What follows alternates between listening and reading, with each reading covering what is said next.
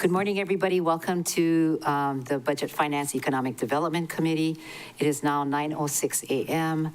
And today is actually the second day of deliberations. We met last week, Wednesday, and then we had council meeting, Good Friday, and here we are today. I hope all of you had a wonderful Easter with your families, ate a lot of food, hunted Easter eggs. For those of you with little ones, I envy you, as my son is now 33 years old.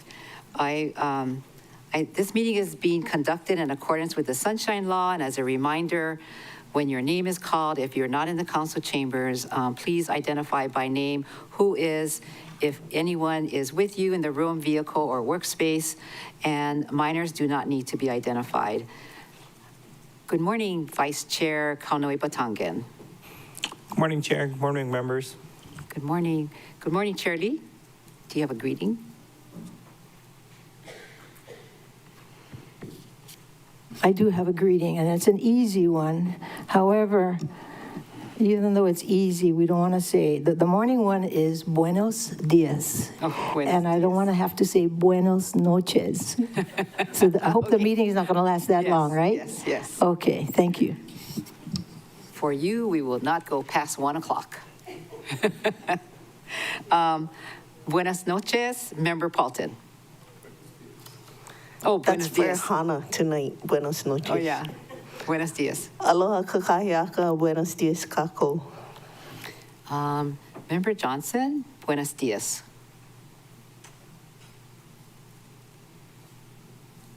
He is here, right? Council Oh, yeah. Online. testifiers. Can you guys hear me? Can hear you. Hey, there's no testifiers. I'm alone and I'm ready to work. Thank you. Okay, great. You know, we can't see you. The lighting is off. Member Rollins Fernandez will be joining us. She's site visit regarding the Molokai damage. Oh, she is on? Yes. Oh, okay. Member Rollins Fernandez, welcome.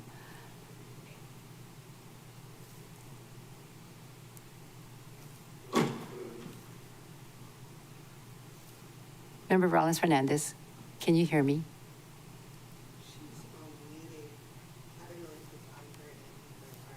Can you check? Chair, she may be encountering technical difficulties right now, but. Okay, Member Rollins Fernandez, we're going to come back to you. I think you're frozen. Or can you hear us now?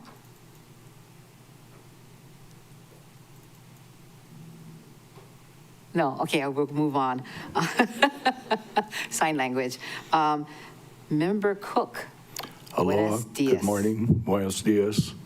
Looking forward to today's meeting. There's currently no testifiers in the Kihei office. Okay, good morning. Member Sinensi online. Aloha kakayaka and buenos dias. Here at my private residence, I'm here by myself and no testifiers in honor, Chair. Okay. Not till tonight. Okay, yeah, we're going to converge upon Hana tonight for our district meeting. Thank you. I hope you're cooking to greet us.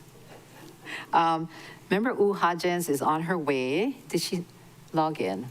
You know, I cannot see any, I don't see all the members on my screen. And we will come back to her. I think I've gotten everybody. Thank you. Member Rollins Fernandez, can you now hear us? Look at this.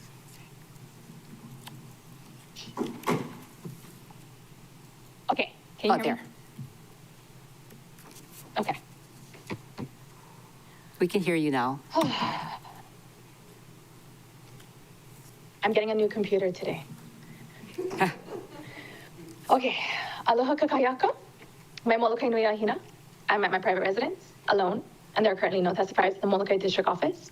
And as you noted, Chair, I will be joining Congresswoman Jill Tokuda on some site visits in Kaunakakai for a little bit during our meeting, but I'll stay on to listen, and then we'll come back around 10:30. Okay, great. Mahalo, Chair. Okay, great. Please thank Congresswoman Tokuda. She's always there, caring. Really appreciate her. Thank you. She is. And I thanks will for, extend that. Mahalo, yeah, Chair. thanks for doing that also. And I think we've gotten everybody now. Assisting us with today's meeting are the BFED committee staff. Thank you very much for working hard even over the weekend. Our invited resources persons from the administration is Budget Director, Fire Chief, Director of Housing, Deputy Corporation Counsel Wigglesworth, and please see the last page of the agenda for information on meeting connectivity. Thank you, members, for attending today's BFED committee meeting. We have one item on the agenda today, which is BFED 1, proposed fiscal year 27 budget for the County of Maui. And for anybody here waiting to testify, I am going to take testimony after we hear from the resources. So appreciate your patience, and you can learn along with us with what's going on with our fire and housing departments. So members, before I get into the departments, I just wanted to say, first of all, I wanted to send best wishes to all of our Maui County participants in this week's Merry Monarch Festival, and we proudly can stand beside the Paredes Ohana as they are there with their halal in Hilo, as well as we have Kumu Napua Silva with their halals and participating, so we'll be cheering them on.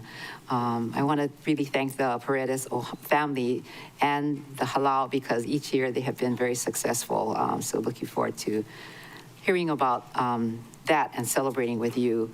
I want to take a moment to go into what we did April 1 with the Upcountry Residency Area meeting, as well as Councilmember Hodgins to provide comments on Makawao Haiku Paia Residency Area meeting. On April 1, this was our first district meeting, and it was at the Hannibal Tavares Community Center. We convened at 6:01 p.m., and the committee heard from about 44 testifiers. Many individuals shared their positive experiences and asked for continued support for Maui Economic Development Board's STEM Works program, Maui Economic Opportunities, Transportation Services, the BEST program, which is the Being Empowered and Safe Together reintegration program, and the Maui Mountain Bike Coalition Cycle Strong program. That was a brand new entity. Our common topics also included support from farmers and deer management especially through funding for Maui County Farm Bureau, Maui Coffee Association, Maui Cattlemen's Association, the Maui Farm, Hawaii Farmers Union United, and the Farmers Apprentice and Mentoring Program, and the meeting adjourned at 8:01 p.m. Really appreciate the 44 testifiers in the committee who came out strong to tell us what they were hearing within their community and what their needs may be. We will then continue on with Member Hodgins. Good morning, welcome. Good morning, Chair. Good morning, everyone. I'm at my private residence right now, and I have two male adults, one Makoa U'u Hodgins and one Koa Hodgins with me. And for the brief overview of the Paia Makawao Haiku meeting, we had 30 testifiers, and we heard a range of thank yous and concerns from my community, which include MEO Paratransit, Head Start, STEM, and the beauty of STEM and all it can provide to our children. We heard from the Haiku Community Association and water testing of our surface water and our streams. We heard about advocates supporting open space. We all heard about concerns about Ho'okipa and the beach and the parking and the turtles and the tourist management and moving certain things Mauka. We heard from public infrastructure about the parking situation in Paia in general. We heard both sides of the Holomua Road situation that we're all familiar with. And we heard conversations about housing, taxes, facilities, and expanded access for cultural use and community service. It was fun. Thank you so much for all of you coming. And that's it. Thanks, Chair. Thank you. Yes, it was a very interesting community meeting. We knew we would hear from a concern from a force, and we certainly heard it. And we even had Kai Lenny there, the famous surfer, as one of the testifiers. So thank you for bringing your community out, Member Hodgins. I wanted to, before I get into the departments, I wanted to do a special congratulations to George Vieira for retiring. This is his present for you. I'll have staff pass it on to your office. I got this from him when I was at Wailuku First Friday, and I saw this. I said, this is George's retirement party, so please give it to him. It's a Lahaina painting, so thank you very much. Yeah, and congratulations to him. And before I get into the departments again, I wanted to say that staff has been looking at the weather because I'm sure we all heard that Wednesday, Thursday, Friday, Saturday, we may hear or have some remnants of the Kona low storm, maybe not that bad. So we are checking, and if we do have to, we will let you know. But it sounds like you want to report what you heard from MEMA, Kirsten? Good morning, members. MEMA had reported that as they were getting briefed from the National Weather Service that there was limited impact expected for the County of Maui Monday and Tuesday, and there was some elevated concern for Wednesday and then more concern for Thursday and Friday. While it is the member's choice, safety should always be the first concern, so their advice would be to reschedule, but of course defers to the committee and the chair for what is best for the community and the committee. Okay. So I open it up to you, but Wednesday is South Maui, Thursday is West Maui. And so we were kind of wanted to check just in case if we should, make a change. If we do have to make a change, it would be to next week. When did you say the 14th, which is Tuesday? Members, the secretary team has identified that Tuesday the 14th is available at both South and West Maui, and Friday the 17th is also available for reservation. For West Maui? For both locations. Oh, okay. Oh, both locations, okay. So Chair. those are the, Chair Lee. Okay. Did you look into connectivity? Is it better now? Is the connection better to West Maui so that we don't have to go by car? And South Maui too. Member Paulton, are we having a connectivity problem in West Maui? I don't know. What do you mean connectivity problem? Charity. We've never had a connectivity problem that I'm aware of, except for during the fire. Okay. So Chair Lee, did you? Yeah, that's the reason why when we have public hearings there, we make it in person and not online because we're never sure if the online is going to work. Like what Yeah, we did. but our staff has been working with MEMA to see if we can improve that situation. Okay. Maybe the chief, Ventura, no, he was shaking his head. Maybe he knows more about this. Any updates on that, Chief?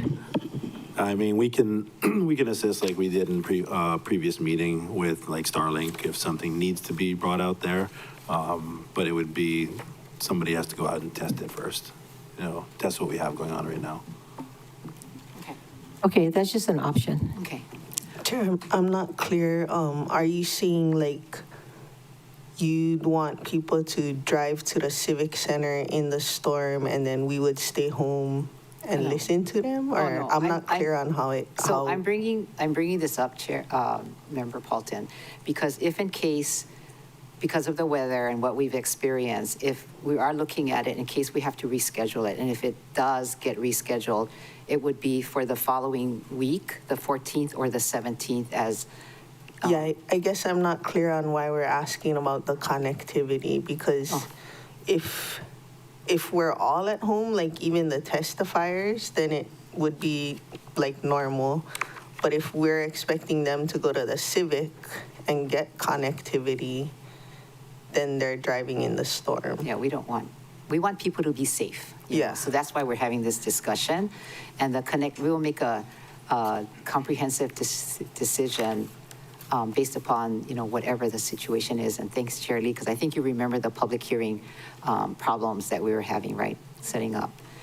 All right, members, so those are the thoughts that are happening now, and we will definitely let you know as soon as a decision is made. But we do want everybody to be safe. So as far as the Wednesday night South Maui meeting and the Thursday for West Maui, we will weigh, the options and come to a decision, let you know. And then if we have to reschedule, what staff said is that they've already looked into the 14th or 17th of the following week to reschedule so that we can still have the district meetings. All right, so that's that discussion. And so at this time, I would like to go into discussions regarding the departments. And we have fire, public safety, and housing with us today. And so at first, I'm going to take up Fire, Department of Fire and Public Safety, Chief Ventura. Thank you very much. If you could give your opening comments, and then we'll hear from Housing, and then we'll take public testimony. Thank you, Chair. Aloha and good morning, everybody. Buenos dias. Thank you, Budget Chair, as well as committee members for allowing us to come before you today to express our budget and answer any questions that you have. This year, as always, our budget is focused on supporting our department's mission, keeping in mind our priorities, which are the people of our department and our community. We do this by developing proficiency in our mission-specific tasks of being first responders to save lives, protect property, our precious environment that we live in here in Maui County. This year, we come to you with nearly a flat budget. We have a 0.6% increase to last year. And to support our priorities, we have focused this coming year's budget on training, equipment, and preparing our firefighters and lifeguards for the hazards that they will face in these coming years. Additionally, we have heard this body, the council, speak and talk and ask us questions about fire prevention and fire investigators, as well as drowning prevention. Our budget reflects investments in these areas. Lastly, we have pursued external funding through donors to support our county so that we can minimize our ask to the county to support our department and our community's emergencies. You folks just recently approved a donation of 2 fire trucks from the Sayre Foundation, and we have more on the horizon. Mahalo to all of you for being vested in our community and for always being very supportive of our department's responsibilities. We look forward to your support of this year's Department of Fire and Public Safety budget as we work together to safeguard our community and meet the growing demands on public safety. Mahalo to all of you. Thank you, Chief. Next, we have Housing Department.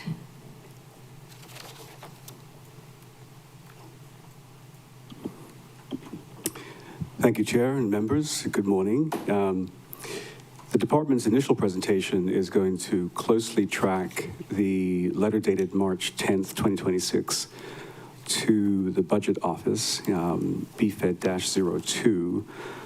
In that letter, Budget Chair asks that the departments address 6 questions during the hearings. The first is a description of significant increases and reductions or other changes in funding compared to the current fiscal year.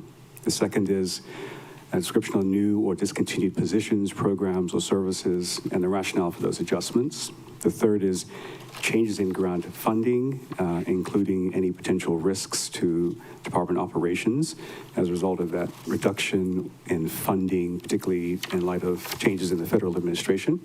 The fourth is any activity or adjustments in special or revolving funds.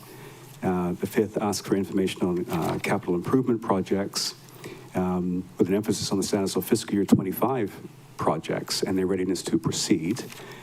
And the sixth asks for information concerning proposed changes to rates, fees, or assessments. So with respect to the first question, significant increases or reductions or changes in funding compared to the current fiscal year, I would ask that the members take a look at the second page of the department's response to the BFED 1 HO01 letter. And on that second page, we identify major changes to the department's budget. There is increased funding for the rental assistance program in the amount of $4.4 million over 5 programs. There's increased funding for the Affordable Housing Fund projects at about approximately 21 million. And then there's the deletion of a number of one-time fiscal year 26 county grant fund subsidies, and those can be found on page 10-11 of the budget details. The more notable of those are the Lanai Affordable Housing Fund housing project, a reduction of 10 million, Lahaina Community Land Trust, a reduction of 6 million, Haleole'e project, a reduction of 2.7 million, and the Kilahana Makai Workforce Housing Project, a reduction of 1 million. The second question asks for information concerning new or discontinued positions, programs, or services. And I would ask that the members take a look at budget detail pages 10-3, 10-4, and in particular, there are a number of new positions. The first is on page 10-3 of the budget details, a new housing personnel assistant, which would be a support role to a reallocated position for our housing operation, our housing administrative officer. We would be reallocating an administrative assistant 2 position to a housing administrative officer. And then we have a new position called the housing clerk. And that will, we will be discontinuing a position also called housing clerk that was unique to the federal division. And the new housing clerk position would be across all of the department's divisions and service all their needs. Then there's the housing public information officer position. And then finally, a housing grants manager position. And for all the new positions, we would be asking for 8 months of funding. The third question relates to changes in grant funding. And the department is anticipating a reduction in 50% of the Housing Trust Fund funding. And that can be located on page, budget details, page 10-34. And there's a description of it on page 13 of our HO-01 letter. Then the fourth question relates to activity and adjustments in special or revolving funds. For the Affordable Housing Fund, the department has 10 projects in the budget. 6 of those 10 projects addresses the 80 to 120% AMI range. And 3 of those projects relate to county-owned land, reflecting a $21.5 million increase in the fund. The department submitted its affordable housing plan on March 31st, and we delineated the criteria for our projects. They included readiness is the primary objective, the ability for the project proponents to leverage the county's funds. Then, let's see, we had experience of the contractor, the developer's experience. Let's see, what's the last category? Can't recall. Yes. The fourth one was community need. Thank you for the help from the audience. Thanks, Samal. Deputy Director Samal Lamata-Afa refreshed my recollection. And then we also, in the evaluation process, had a bonus points category, and that was for projects that focused on 80 to 100% AMI, as well as projects that focused on county land. The department is cognizant of last year's budget discussion, where there was some focused interest on making sure we were proposing projects around the 80 to 120% AMI, and that's what we've done this year. The fifth question relates to capital improvement projects. We have one capital improvement project. That's the Kamohana Hale project. $2 million was authorized for that project, and we're currently have encumbered about $400,000 for site assessment, and there'll be additional encumberment for market study, and the site evaluation is proceeding. The sixth question relates to proposed changes to rates, fees, or assessments. The department only has one fee, and that is the fee relating to Chapter 2.97 projects when they were initiated, and there are no changes to those fees. The department would also be asking for reauthorization of funding for the deed restriction program in the amount of $500,000. As the council knows, there was a bill recently introduced to allow the program to provide funding not only for new home acquisitions, but also for renovations of existing homes. And then in the budget details on page 10-9 relating to contractual services, there was a line item expenditure request for $670,000. The department anticipates we do not need that now, as that line item relates to the Hulao Transition Housing Project, where we were anticipating the state would not continue funding the program, but we have indication from the state that they will be funding it to the tune of $1.5 million, and so we're currently in negotiations with them to extend that funding. And that's the department's initial presentation. Thank you very much. Thank you. Thank you very much. So members, now at this time, I'm going to do public testimony, and Ms. Director Mitchell, if you want, I'm going to do fire first, and then maybe you can come back after we do fire during deliberations. So for questions from the members. So we have testifiers for sure. Let me take away stuff. Welcome all the testifiers that have been sitting here very patiently.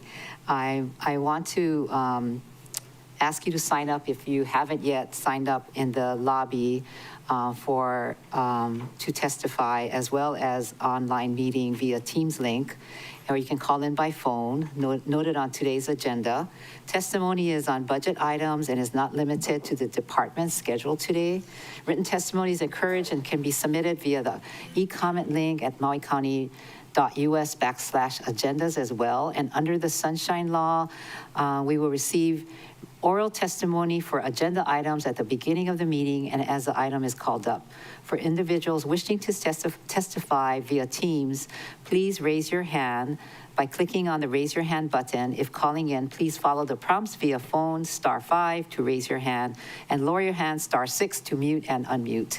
Staff will add names to the testifiers list in the order testifiers sign up or raise their hands. For those on Teams, staff will lower your hand once your name is added. Staff will then call the name on you're logged in under or the last 4 digits of your phone number when it's your time to testify. At this time, staff will enable your microphones and video. Please ensure that your name appears on Microsoft Teams as the name you prefer to be referred to, or anonymous if you wish to testify anonymously. If you're in person, please notify staff that you would like to testify anonymously. Otherwise, please state your name for the record at the beginning of your testimony. Oral testimony is limited to 3 minutes per item, and if you're not done, I'll give you another 30 seconds to complete. Once you're done testifying, or if you do not wish to testify, you can also view the meeting on Akaku Channel 53, Facebook Live, or mauicounty.us/agendas. We will do our best to take each person up in an orderly fashion, and we'll now call on testifiers wishing to testify at the beginning of the meeting. Staff, please call the first testifier. Thank you, Chair. The first testifier is Dean Wong in the chamber, to be followed by Ashley Klemperer.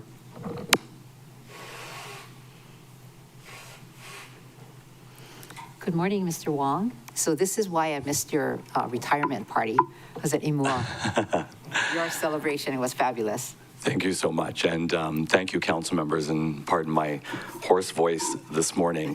My name is Dean Wong. I am the CEO of Imua Family Services. I'm also the contracted CEO at Paia Youth and Cultural Center. I might refer to it as PYCC. So I am actually here this morning to discuss Paia Youth and Cultural Center with you really quickly, which is, I think it's Bill 55, Section 6, and item number Like that? 12. So there you go. Anyway, I just wanted to say that, this past weekend, before the weekend, the Department of Human Concerns sent out congratulatory award letters for those who had put in their grant proposal. And the funding that they noted in the reward letter was about $400,000, which is what we had been previously getting in terms of support for a very long time at Paia Youth and Cultural Center. So it was just flat funded support. I really appreciate the department's continued support to Paia Youth and Cultural Center and to the programs that they've been running for so many years. It is the only youth center on the North Shore providing services to that number of youth. However, it cannot continue to operate at a flat-funded amount. And so the request that we actually put in for the 27-28 fiscal year budgets over 2 years was around $554,000. So that's a $154,000 increase. And again, that is because it has not seen an increase in so many years. The actual operating budget for Paia Youth and Cultural Center runs closer to $835,000 annually. So you can see that this request is not asking for its full amount. With the amount of young people today that are needing more mental health support and counseling, it is important that we not just provide recreational drop-in experiences and programs for these young people, but that we also build in opportunities for them to receive the help and support that they need around substance abuse, around youth and teen suicide, depression, and anxiety. And that is the area that Imua Family Services is supporting the Paia Youth and Cultural Center in bringing those clinical and support services to their programming. So this funding request that the department, that PYCC is asking for through the department is really so that they can increase their programming efficiency and so that they can increase the style and the programs that they are giving to the young people. So I just wanted you to see that when that comes up in your budgetary, that although it has been recommended to just continue the funding that it has been receiving for many, many years, I wanted you to note that there was an increase in funding that was requested. Thank you so much. Thank you very much. So question, what was the amount again? The amount that we requested was $554,000. Okay, members, it's in the budget for 350, as you said. So. Oh, okay. That's actually less than I thought it was in the budget for, so I appreciate that. I thought it was in the budget for about 400,000 is what I saw. It was probably rounded up. Yeah. Anyway, 350. Okay. Thank you. That would be dramatically less than what they have been operating on for even up to this point, so. Okay. Yeah. So quickly then, what did you say when you introduced yourself? What is the relationship with PYCC? So as I mentioned, their budget runs around $835,000 to operate annually. They had one CEO that had been there for quite some time, as you know, for over 30 years. And that CEO was not actually receiving a full salary through the organization. And so in order for them to continue, with the cost of doing business increases, with the cost of administrative costs, and with the cost of leadership changes, they couldn't continue to operate. So Imua Family Services stepped in and created an administrative agreement, which is a new kind of a contract. It's not a merger.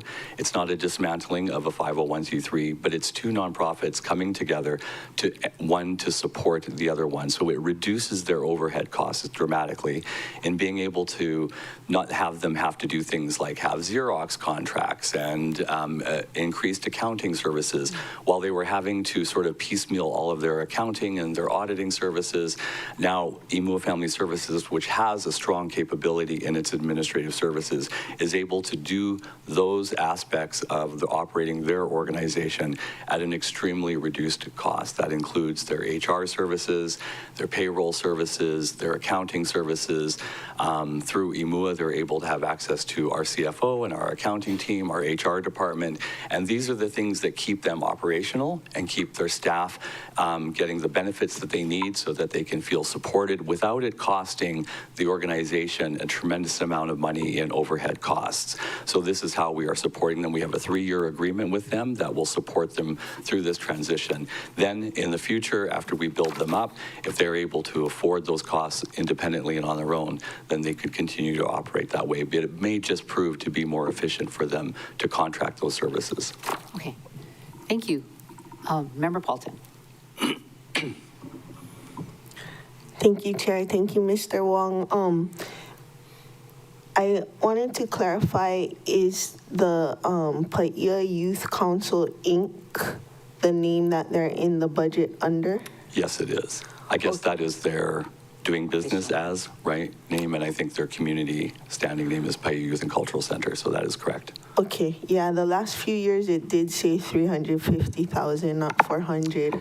I was wondering how many, like, do you have a count of how many kids you guys, individual kids you see, like, not repeated Yes. annually? Yes, and I believe they have written all of those numbers into the grant as well as the increase of that. I just want to comment. I do believe the reason why you're seeing 350,000 versus 400,000, I think there's a separate line item where in previous years the director had separated a single program called Project Venture, which is around substance abuse programming. And so I think that was around $50,000, and that's why I rounded up to about 400,000. I think those programs are now integrated into the single grant proposal right now, and so I think that's where we're seeing a difference in now that I'm remembering that. So to answer your question directly, you know, the Paia Youth and Cultural Center sees on average between 45 and 65 youth on a daily basis. Now, of course, they're a membership which is free to young people across the North Shore. So in many cases, the young people that are coming repeatedly, like they're coming on a daily basis after school. If parents are still working, they're getting support there in the programs that they're receiving. So while they might see around 300 or 350 to 400 children on a monthly basis, there are going to be those that are coming on a daily basis. And actually, one of the things that we, Imua Family Services, did for PYCC at the beginning of the year when we transitioned was to support them in creating an actual membership registration that took the data that you're asking for into consideration so that we could effectively report how many young people were coming in, where they were coming from, what kind of family support that they were having, and what districts around the island that they were coming to the youth center for. And are you receiving any money from the liquor fund for alcohol awareness or from the opioid fund for? No. None of that? No. Okay. And I will say that part of that is because the organization had been really running as a recreational drop-in center, right? So the programs were really more around the skate park and the fishing program and a boogie board and, you know, the ocean sports activities, as well as just the drop-in, the gaming, multimedia lab, and of course the radio station, which provides a voice for youth in that community.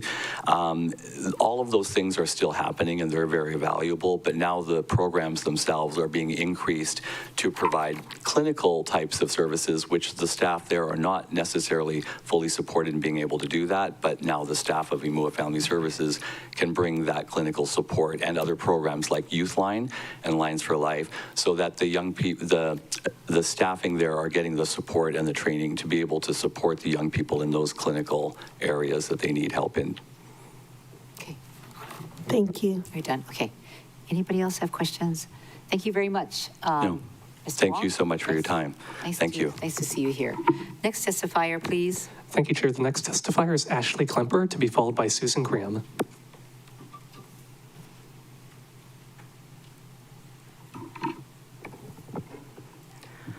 Good morning, committee chair, committee members. My name is Ashley Klemper, and I'm the executive director of La'akea Village, and I'm here to testify on Appropriation Bills 55 relating to the Affordable Housing Fund. First and foremost, I would like to thank the Department of Housing for including our project in their recommended lists.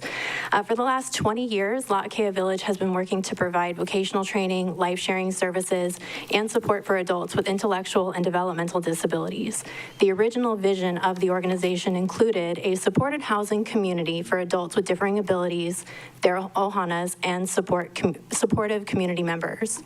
It has taken us 20 years, and finally we are here today to advocate for our Village of Inclusion, to share details of that community, and ask to be funded and included in the FY27 Affordable Housing Fund with an appropriation of $4.5 million.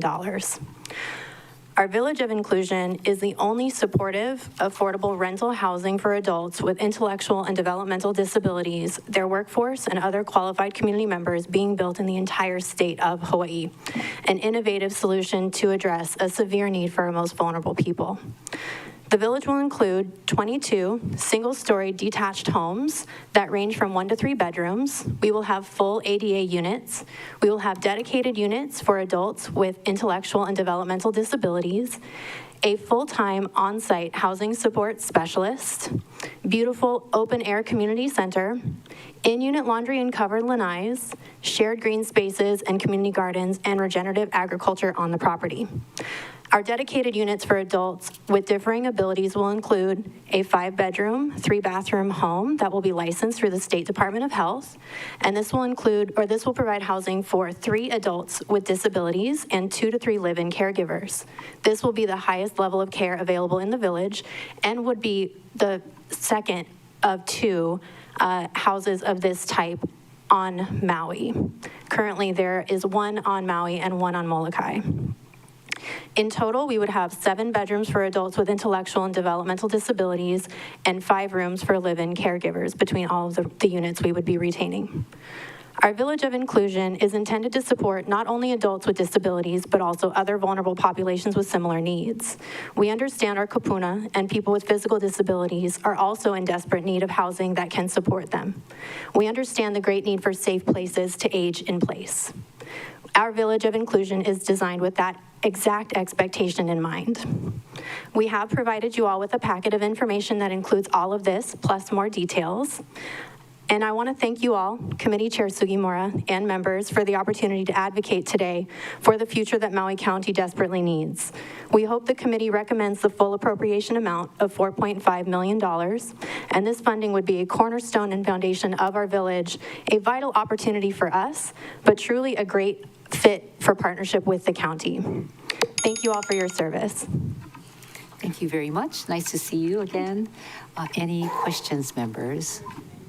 Member Senensi? Mahalo, Chair. I didn't quite get the project again, if you may, please. La'akea Village. La'akea. Thank you. Okay. They're in the budget book, Special Purpose Revenue Schedule of Revolving Special Funds for fiscal year 27, number 9 under the affordable housing listed projects for $4.5 million. A grant to La'akea Village. Yes. Member Paulton? Thank you. Is the 4.5 million the entirety of, will it get you to like moving people, heads in beds? No, so the packet we provided does include our entire capital stack. And so the funds that we've requested, the 4.5 million would act as critical catalyzing funds that would then allow us to leverage our full capital stack. We do expect the entire build cost to be between 23 and 30 million. So the 4.5 would be a vital start. And then would you be able to use, I know CNHA and other entities did some pre-approved plans. Would you guys be able to use those, or are you planning on creating your own housing plans, housing designs? We have our own designs, yes. So we've been, you already have yes. them? So we have been operating off of Hawaii State Grant and Aid for planning and design. So that is what we are currently operating under. That was a $300,000 grant, and we are near completion of that. Okay, thank you. That's it. Thank you. Any more questions? So I guess what you're saying then, to get you to the 30 million complete build out, that this is the beginnings, and that where are you getting the rest of your funding from? Because this is a portion of your total. Yes, so very happy to share that. So to start off with that 300,000 grant and aid, La'akea Village has also been able to obtain about $900,000 in assets that we are investing up front. Then we've applied for the Affordable Housing Fund at the $4.5 million. We have also applied for FY27 Maui County Home and Housing Trust Fund funds, and that application is in review for $3.55 million. And then we are also under review for a congressionally directed spending request at $3 million. And then we have a plan of launching a capital fundraising campaign for between 10 to 15 million.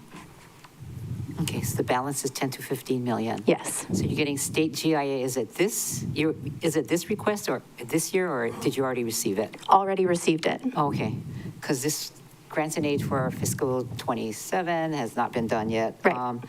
All right, so, and then you have congressional, I guess Director can tell us about your Maui County House, your 3.55 million, the additional. Okay, can get more information on that at the appropriate time. All right, any more questions? See none. Thank you. Nice to see you again. You too. Next testifier. Thank you, Chair. The next testifier is Susan Graham, to be followed by Hannah Diller.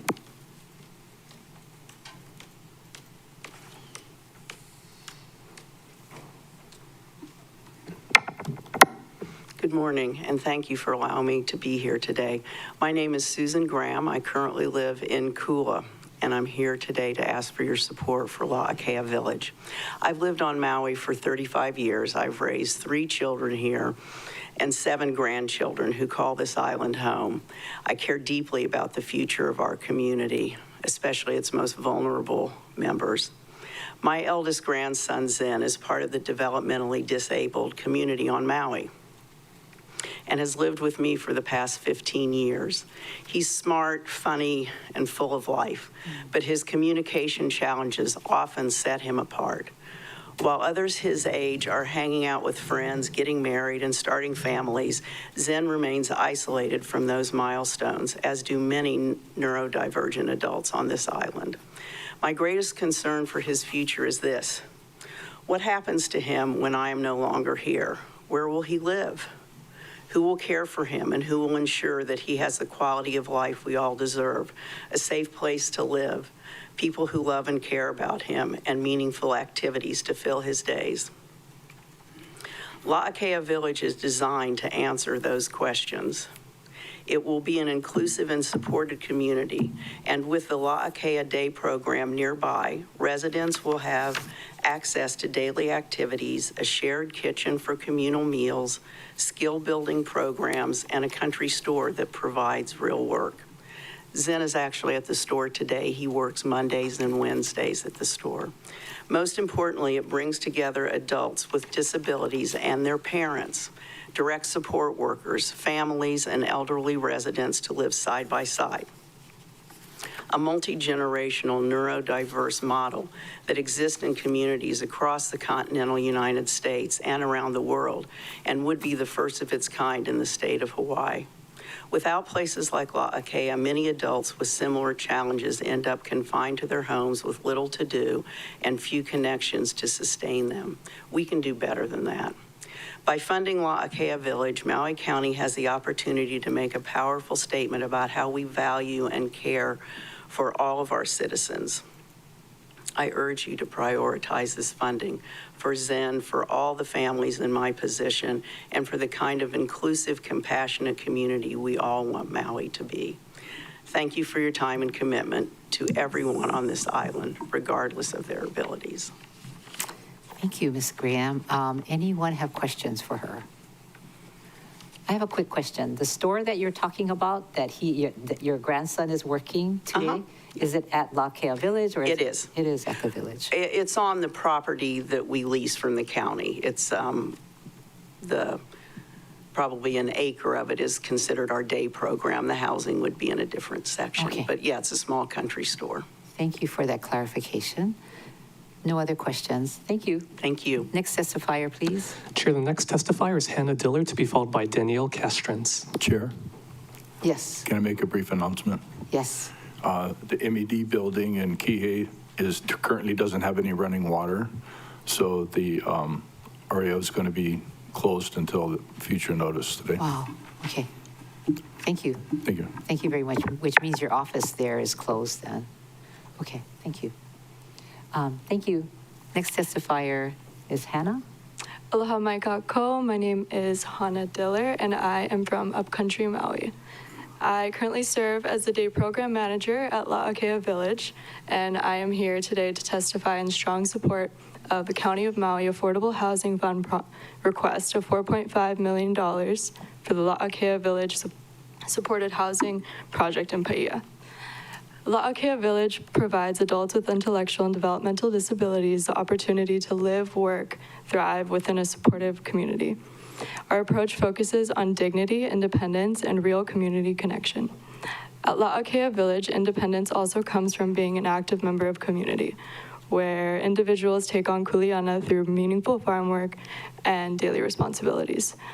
This housing project is a necessary next step, allowing us to better support the needs of the IDD community in a more comprehensive and sustainable way. In my role, I work closely with families every day, and I have personally witnessed the challenges that aging caregivers face as they strive to meet the complex needs of their adult children while also navigating their own health and well-being. Many parents carry a constant concern, as Susan Graham shared in her testimony, what will happen to my child when I'm no longer able to provide care? This question weighs heavily on our community and organization, especially given the severe shortage of appropriate housing options for adults with disabilities on Maui. The reality is that there are very limited group homes and supportive living environments available across island. La'akea Village's inclusive housing community directly addresses this urgent need by offering dedicated housing units for adults with disabilities within a supportive living environment. This project will provide not only housing, but stability, purpose, and belonging. Residents will have access to programs, employment opportunities, and social connections that empower them to live as independently as possible while still receiving the support that they need. Equally important, this project offers peace of mind to families. Parents deserve the assurance that their children will be safe, supported, and able to lead fulfilling lives. Investing in La'akea Village's supported housing project is an investment in the well-being of Maui's families and a more inclusive future for our island. It will reflect our collective commitment to ensuring that individuals with disabilities are not left behind, but are rather instead given the opportunity to live within community. I respectfully urge you to support this funding request. Mahalo for your time and consideration. Thank you very much. Any questions for the testifier? Member Paulton. Thank you, Chair. Thank you, Ms. Dillard. I just was wondering, as a worker, do you live on site, or is there assistance living on site? Not currently. We do not have anyone living on site at the moment. Is that the plan when it built at full build out? No. So in these dedicated housing units for our adults with disabilities, we will have staff members living alongside of them, either in the group home or in the 1 to 2 bedroom housing units. For me, myself, I'm not sure if I will be living alongside, but that is an option. Thank you. Thank you. Any other members have questions for the testifier? Seeing none. Thank you very much, Hannah. Next testifier, please. Thank you, Chair. The next testifier is Danielle Castrance, to be followed by Josh Woodburn. Good morning. My name is Danielle Castrance, and I live in Upcountry, Maui. I have been a participant La'akea Village for 2 years. I am here today to testify in strong support of the Country of Maui Affordable Housing Fund's request for $4.5 million for La'akea Village support housing project in Paia. I moved to Maui because my mom passed away, and now I live with my brother. My brother take very good care of me I want to be more dependent, and I live on my own or with friends. I feel like I am ready. I am grateful for my Lakea Ohana who helped me with this new way of life.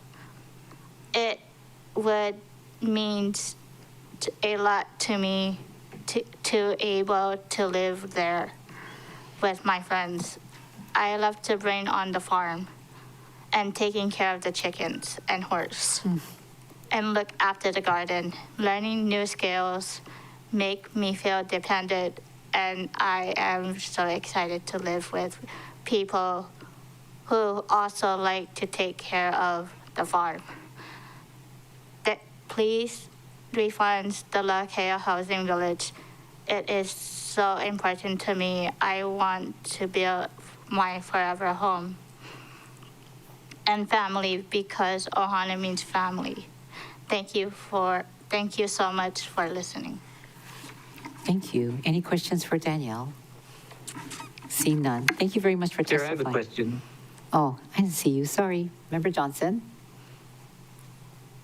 Thank you, Chair. Danielle, I really like your testimony, and you said you like farming. What do you want to grow? A garden. Ah.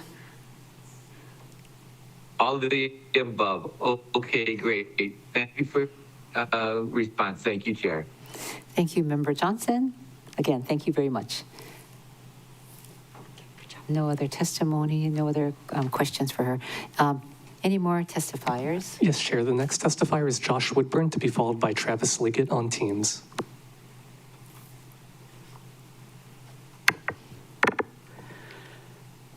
Buenos dias, Chair and council members. I don't really know how to follow that. That's why we're here. My name is Josh Woodburn. I'm here to testify in support of La'akea Village's request for funding. I am the VP of the Board of Directors. I've been on the board for 10 plus years, very passionate about the project. Just a few quick things. You know, we have as you'll see in your packet, and if you learn about La'akea, we have a very strong mission that I don't see us ever deviating from. I would say, if anything, we adapt and we grow with the times to mold with changes in laws and rules and regulations and to stay current.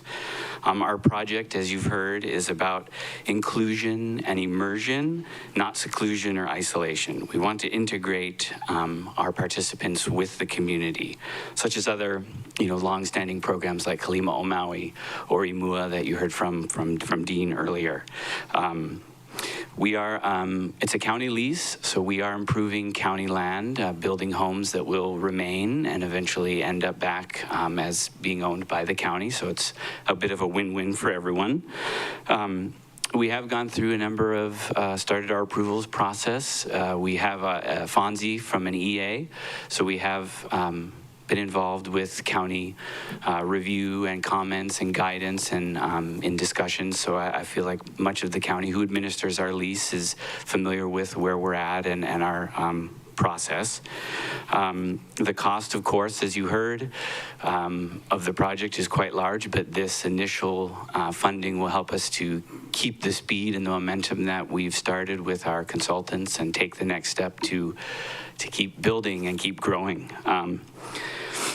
So for a little bit of a brevity, I'm going to sort of end with a little bit of a quote from one of my favorite movies, Tommy Boy.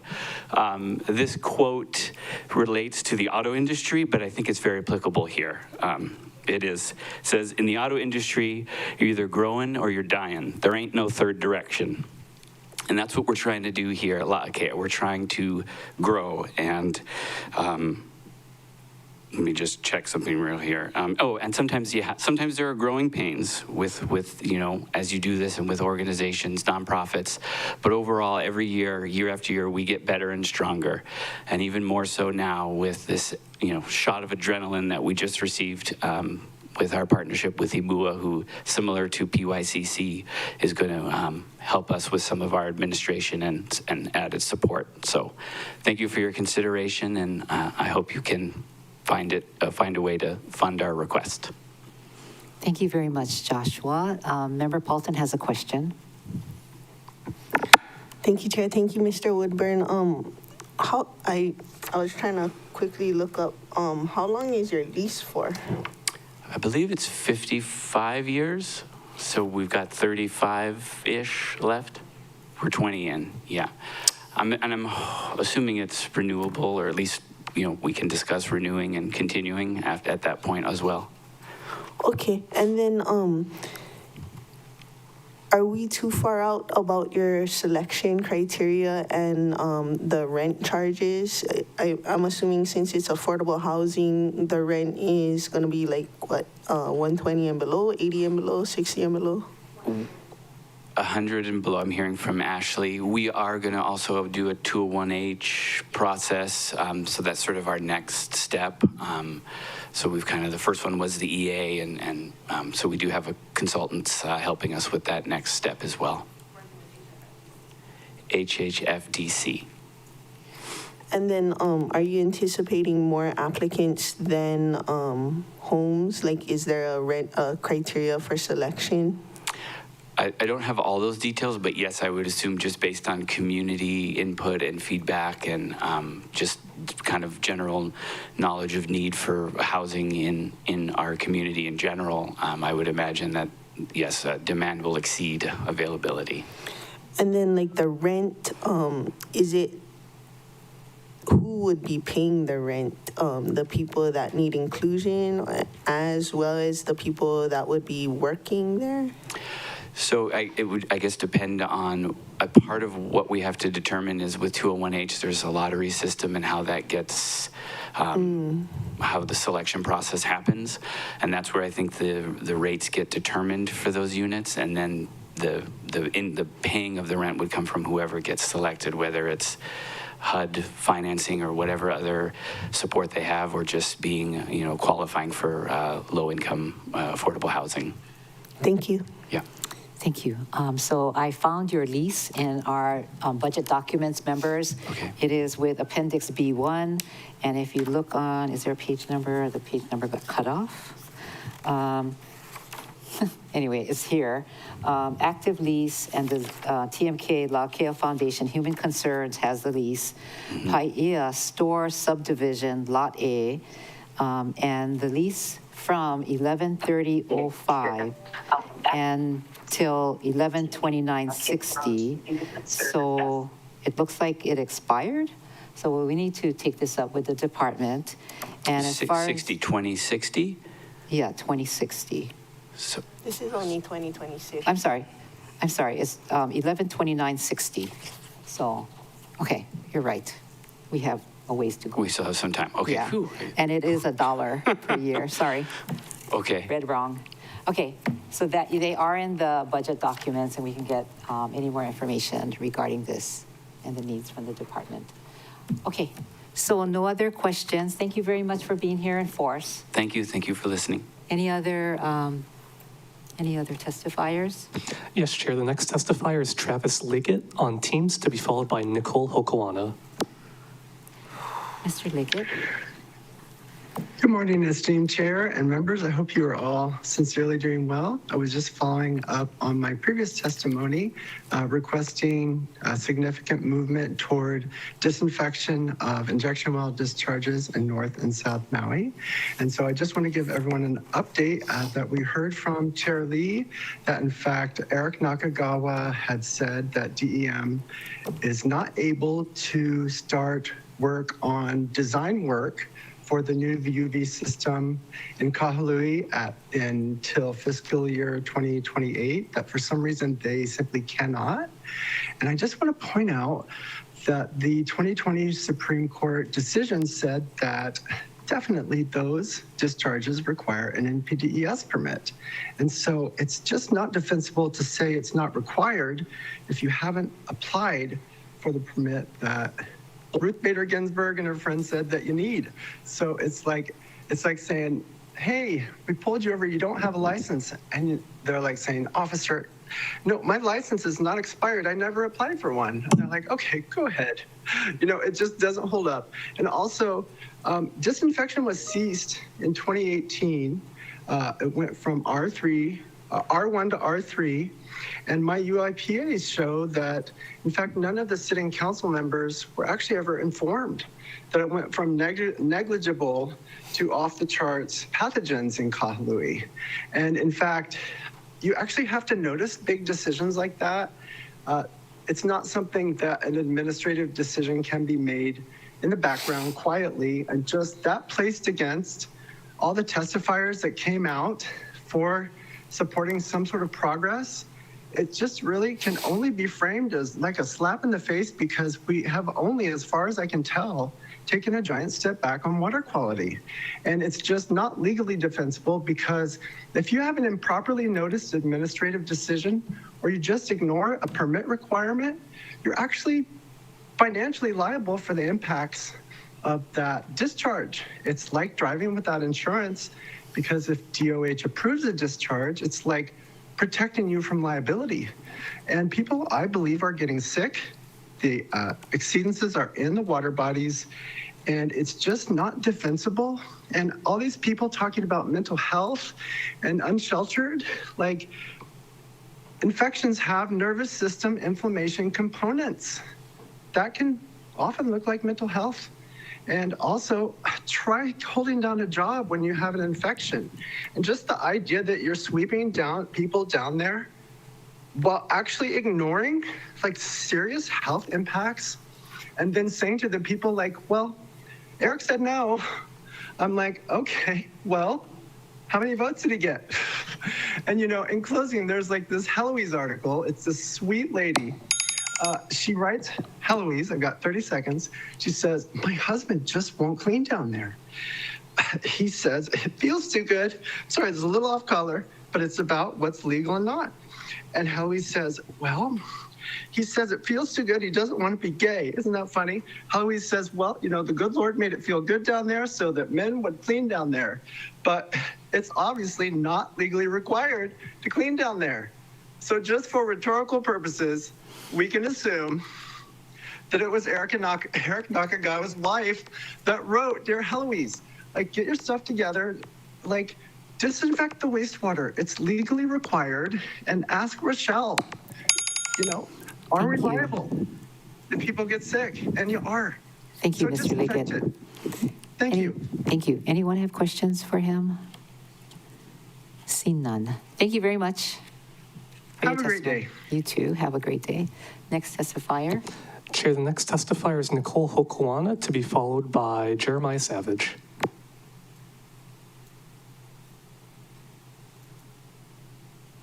And Nicole, we have promoted you on Teams, so you should be able to access your mic and camera.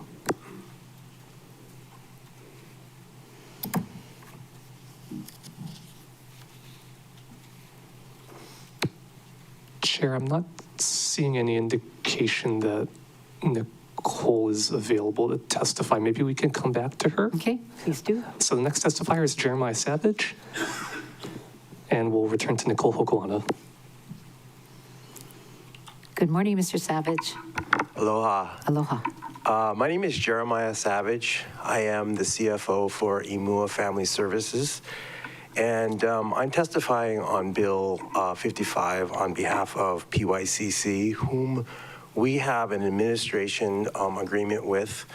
Basically, I was also actually, for your information, I also used to be a Maui County fiscal officer, as well as a grant manager for OED. And the reason why that's relevant is because when I used to work as a grant manager for OED, I used to work with Susan White, who at the time was the executive director for PYCC.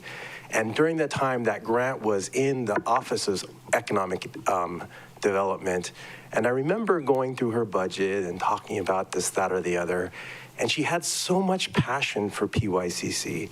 And, from working in that department, I learned that a lot of these organizations start from the passion of helping their communities, seeing a need, having a network, going out in the community, working with volunteers, and doing all these things.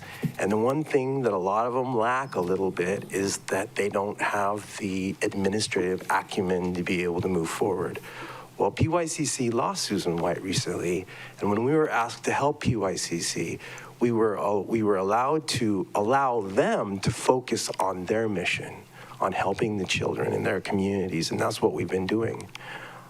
In doing that, this proposal that we just got a letter back from them that they got granted the $350,000, which, to my understanding, they've been getting year after year after year after year. And really, it doesn't even supplement or pay all the salaries of the people that are doing the jobs. Not only is the workforce here in need right now, but these people that are helping these kids are getting paid $30,000, $40,000 a year and really struggling to survive or even getting that program. What I hope that we can understand here and appreciate is the cost of living goes up. So does the cost of nonprofits. So does their cost to live. And without considering incremental increases to that, organizations like PYCC will not be able to survive. So I am just up here wanting to say, I hope you support an increase, because we did ask for $554,000, I think is what I put down, because I actually helped develop that budget. I would hope that you would consider that. And at the risk of my own time here, I do want to advocate for La'akea. I've been out there on their thing, and I think that they have a lot of capacity to not only do the program that they have, but they have the capacity to actually do the capital improvement project, which a lot of nonprofits can't. So I've worked with Ashley, Susan, and I know that they have the capacity to do that, so I hope you support them as well. Thank you very much. Thank you very much, Mr. Savage. Anybody have questions for him? Member Paulton. Thank you, Chair. Thank you, Mr. Savage. Just clarifying, she retired, Susan White? Yeah, she retired, I believe, a year and a half ago, maybe. And then wasn't PYCC gonna move back or something? Move back to where? Like retreat a little bit? Weren't they rebuilding something? They're in the planning to rebuild across the street another site. That's another project, but separate monies. It's separate from what's going on in the current operations of That's PYCC. just operating money is the 554 at 100%? Actually, their budget is a little over $800,000 a year. The 554 you're asking from the county is strictly operating? Yes, that's strictly operation. That has nothing to do with that project that's they're planning to rebuild or build. Thank you. Yep. Thank you very much. Any more questions? Seeing none. Thank you. Thank you for being here. Next testifier. Thank you, Chair. We'll return to Nicole Hokawana. Looks like her mic is now unmuted and she can begin her testimony, to be followed by Christopher Salem.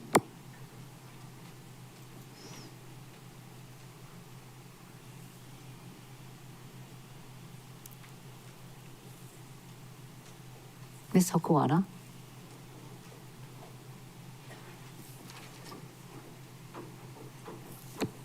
Chair, it appears she's unmuted on our end, and it looks like she's unmuted herself, so if she's able to begin her testimony, but if she's having technical difficulties, we could move on to the next testifier and return to her again. Okay. Why don't we do that, and then we'll come back to her. Okay. Chair, the next testifier is Chris Salem.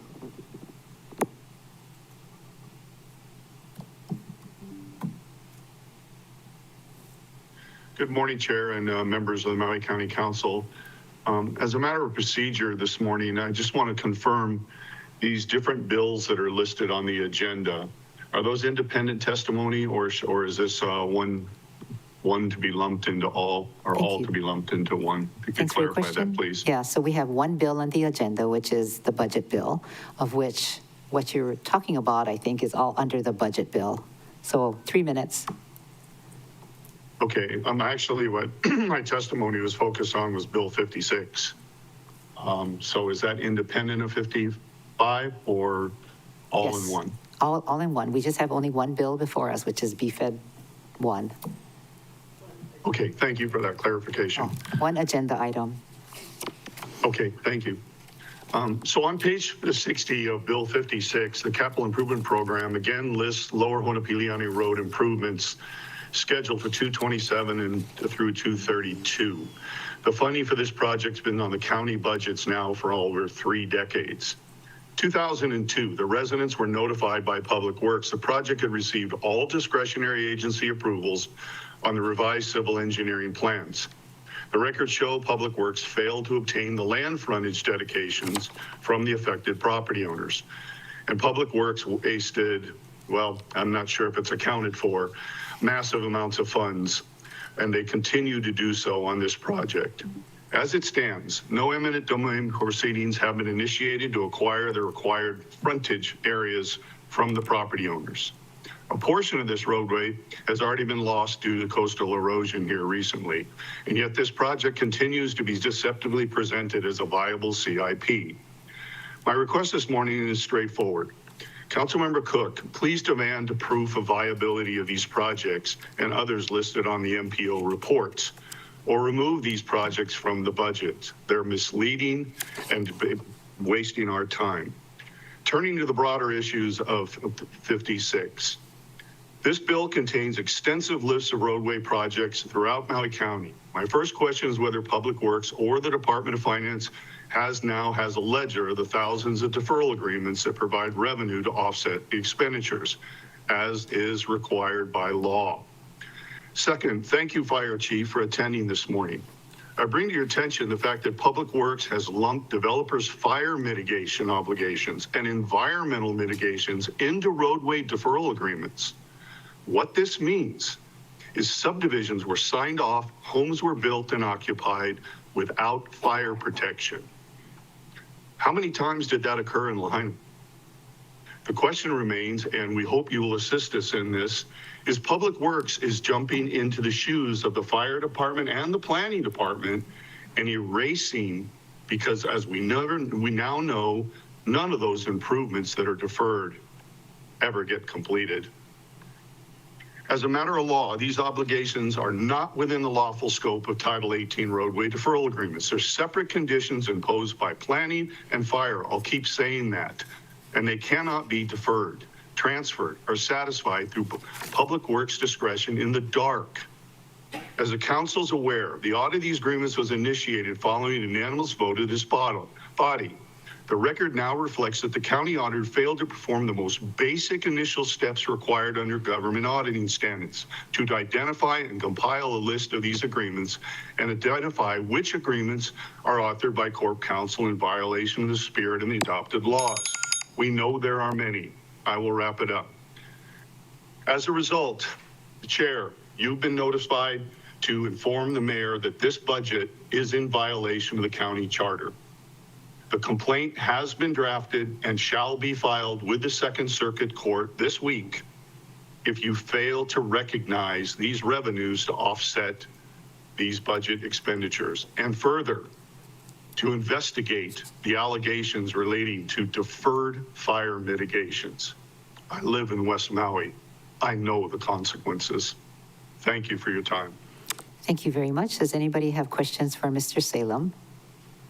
See none. Thank you very much, Mr. Salem. Next testifier. You're welcome. Chair, we'll return to Nicole Hokuana. Nicole, you are unmuted on your end and our end, so if you're able to begin your testimony, then we can begin timing appropriately.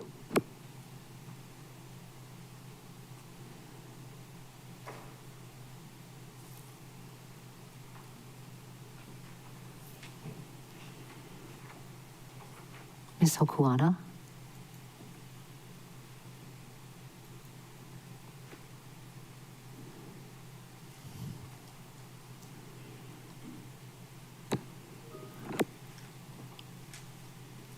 Do you see her? I don't see her at all. Shall we go? Chair, we did promote her as a presenter, so she should be able to unmute, but we did promote 2 phone numbers with the last 4 digits, 8653 and 0910, in case she called in by phone.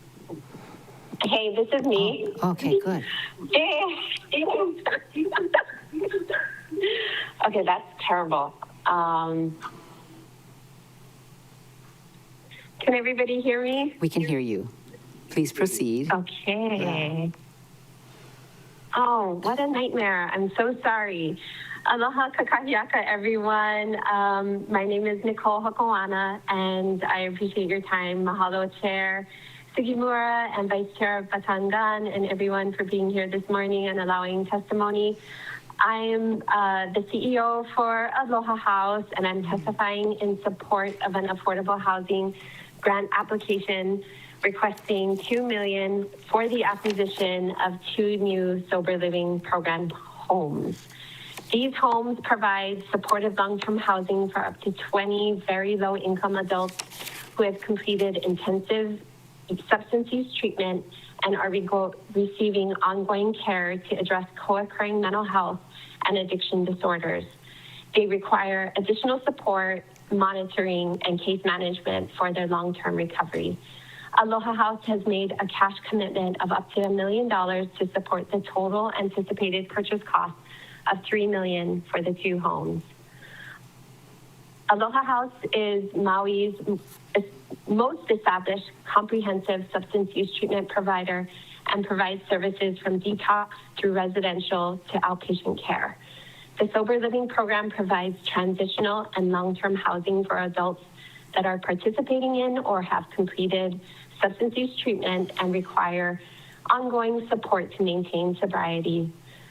Clients in the Sober Living program are typically employed or advancing their education as they work toward reestablishing their health, fiscal responsibilities, and relationships with family and friends.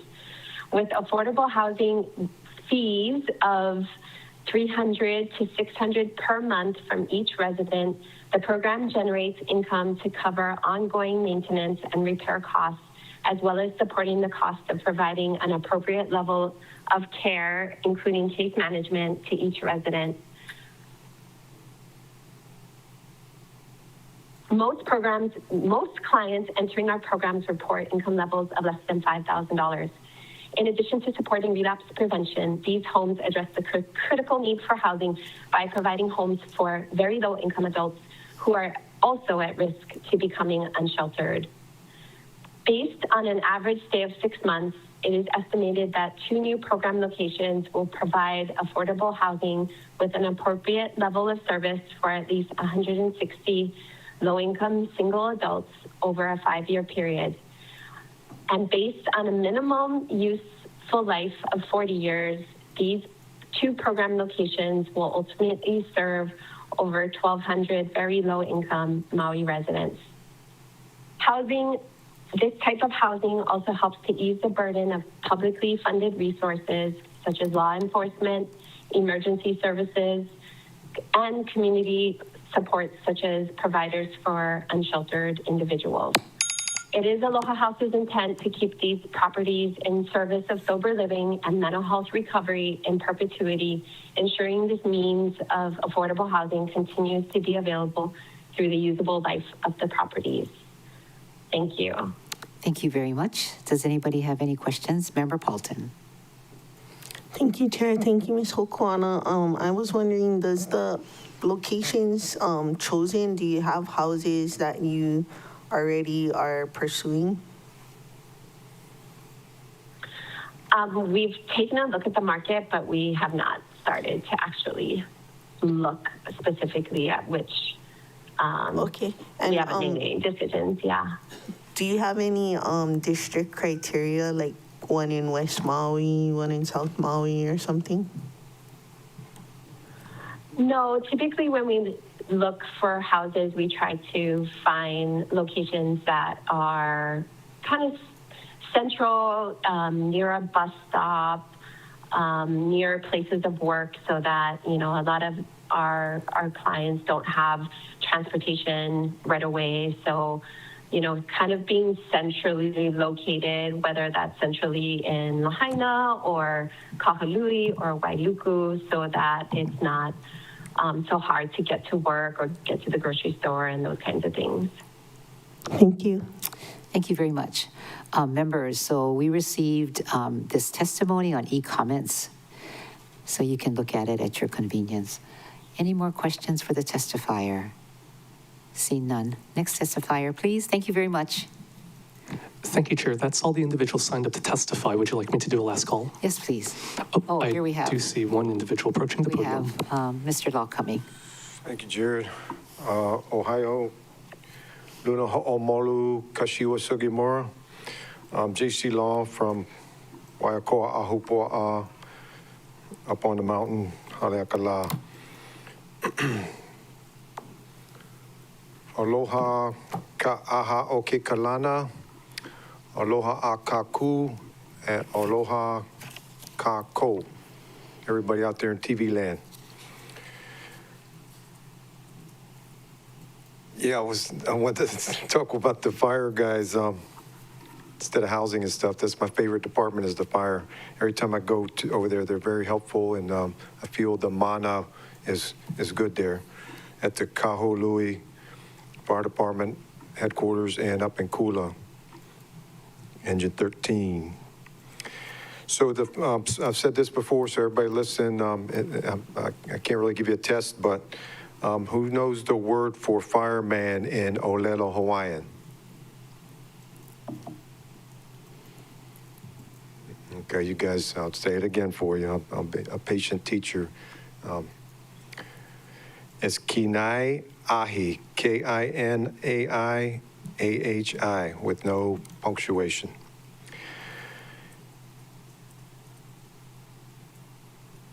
Yeah, I visit there whenever I get a chance. I feel like I'm just for moral support stuff. I mean, they probably don't need me over there, but every time I see some guys over there, I kind of stop and just say hi, thanks for working for the county. And I also noticed that they do recycling at the fire station in Kahului. And so I want to encourage that. And if the county can put in some extra money for that, I don't know how much they're paying and stuff, but costs always go up. And Chief Ventura said the budget, he turned in a very good budget, only 0.6 increase. So if you could make a point, I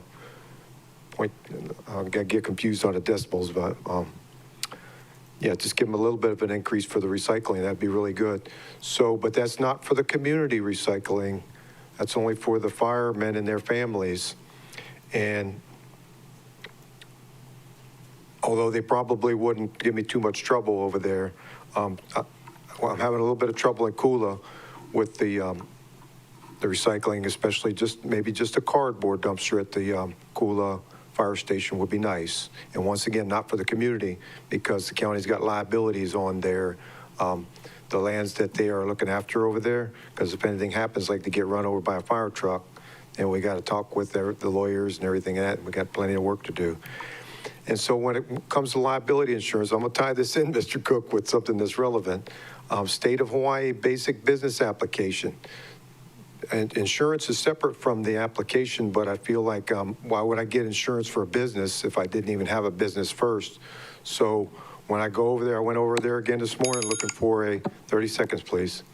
When I went over there looking for an application in Olelo, Hawaiian at the state of Hawaii, which is taken over from the Kingdom of Hawaii, which took over for Liliuokalani, they still spocking me out and give me a hard time, and I think they're digging in over there, but I'm going to keep working on it, and I'm going to call a translator in, but I'm probably going to need a witness when the sheriffs come, and I'm going to try to translate their form, English form, into Olelo Hawaiian at no charge at all, so that I can get business insurance to go recycle cardboard at the fire station.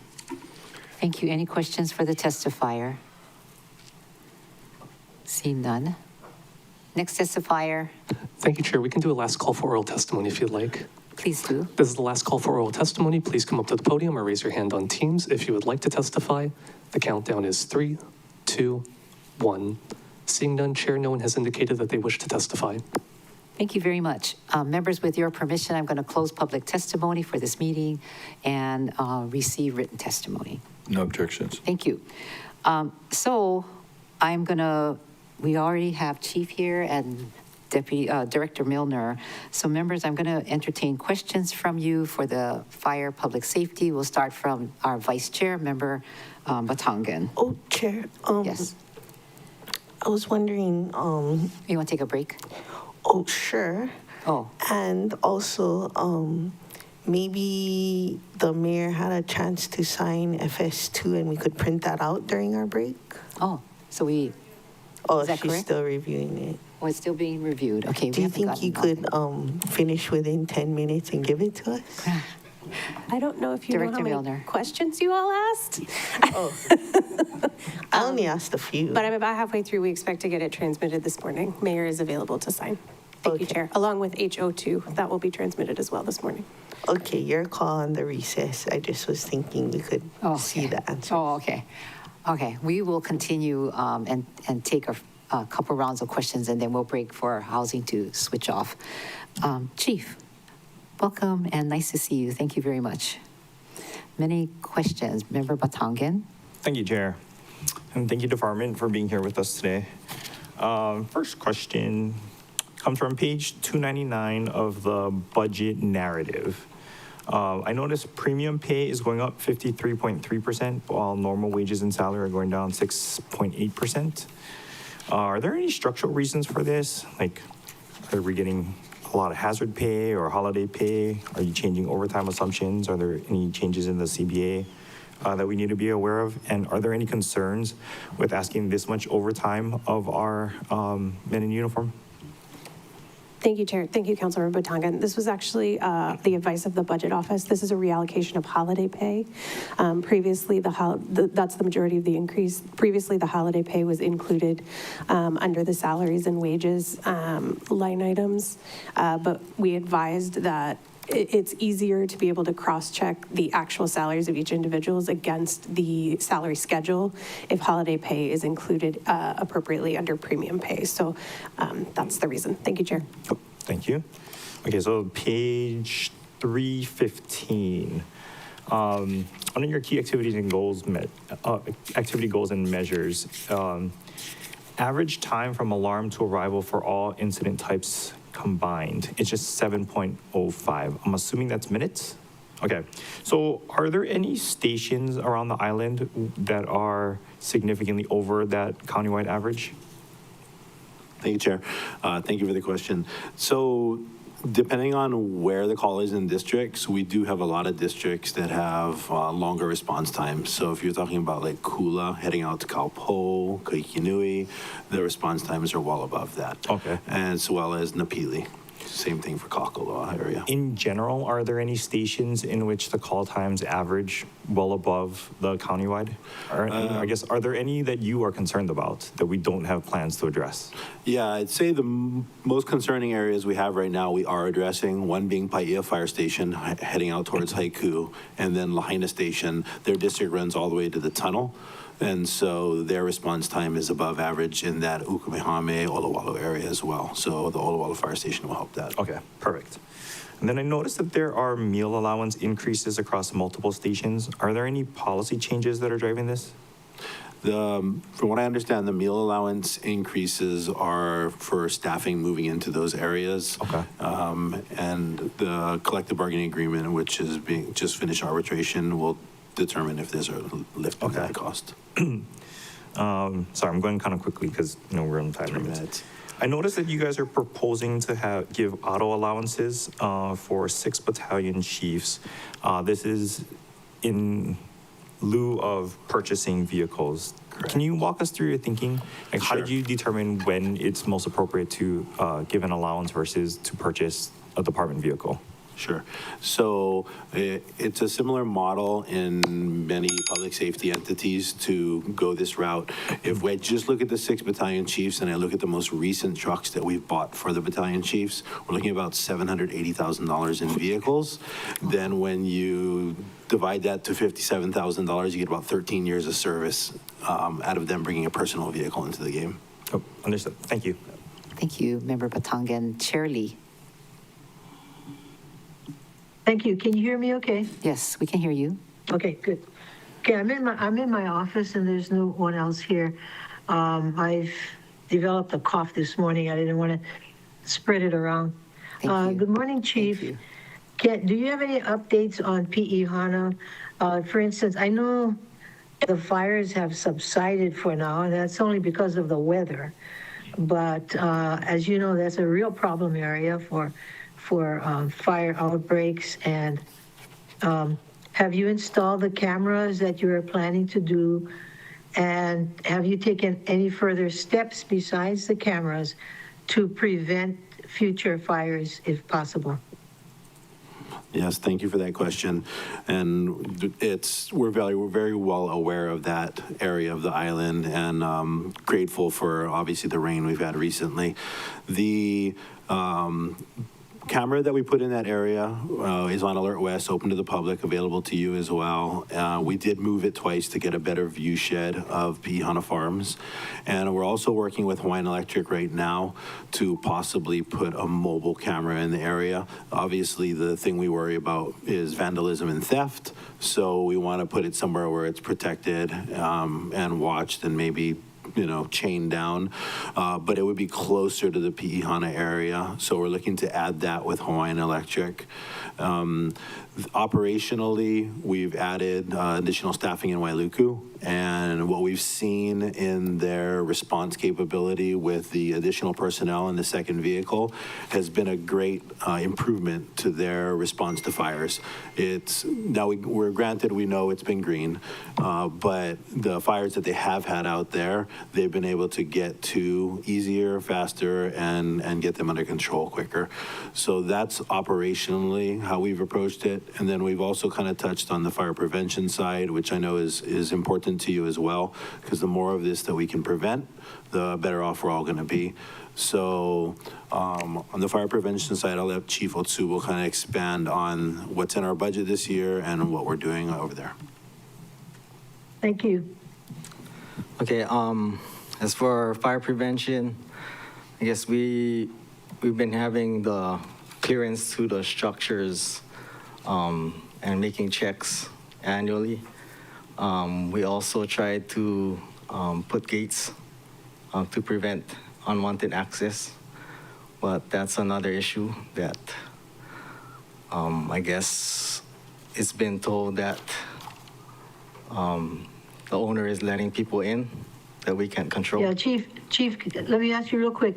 Are there fewer houseless folks there because of the storms and the flooding? Because a lot of the fires are caused by those people. That's a great question. I honestly haven't been on the property for probably 4 or 5 months, so I cannot give you a head count necessarily of how many people are there. But as the drought season comes in, we're going to make sure that fire prevention goes there and, enforces what we've discussed in the past to make sure those people are, further away from the homes and such. Okay, my time's up. Thank you very much. Thank you very much, Chair. Next, we have Member Paulton, followed by Member Johnson. Thank you, Chief Ventura Otsubo and Edla. My first question is, when the PSPS, we've had some experience with that so far. What happens with your fire stations and lifeguard towers? Do they all have backup generators, or how does that work? Because, I can just stay home and do nothing, but you guys cannot. Yeah, thank you for that question. All the stations except for our Prevention Bureau currently have backup generator power. So our essential functions at the station, radios, computers, garage doors, so we can get in and out, are all connected to the generator. Some of our lifeguard towers are on completely isolated PV systems, so they're still able to run off the battery, like McKenna and such. And then the ones that are connected to power would be able to open for the day, but they would use more analog means like bullhorns rather than the PA system that's built into the tower. And then we would make sure we're communicating on how are their batteries for radios and such like that. I think Chief Edla has also provided generators, portable generators for most of the districts. Is that correct? Yeah, that's correct. And then that brings us to radios. I see 200 replacement radios. Are these going to be like in addition? Are they're going to be the same as what the fire is getting? Police is getting 800 megahertz or? Yeah. Great question. So it's one of our big investments this year. So our current radio system is supported by portable radios that many members of our department carry, and the company is not supporting repair and maintenance of them anymore. So we're still have enough to kind of get us through this year, but we're starting to kind of do that Frankenstein thing where we take parts off of one to make the other one work. So our goal is this year to do a phased-in approach for our radios and get the 800 megahertz radios replaced with new 800 megahertz radios that have high wind capability, which gives us a longer reach for our radio system. And the primary goal is to outfit the firefighters that are going into IDLH and into fires with these radios and work at the wildfires, and move the cache of radios to our administrative staff and ocean safety. And then in phase 2, we look to work on the rest of the department. Would you say this phase is 50%, 25%?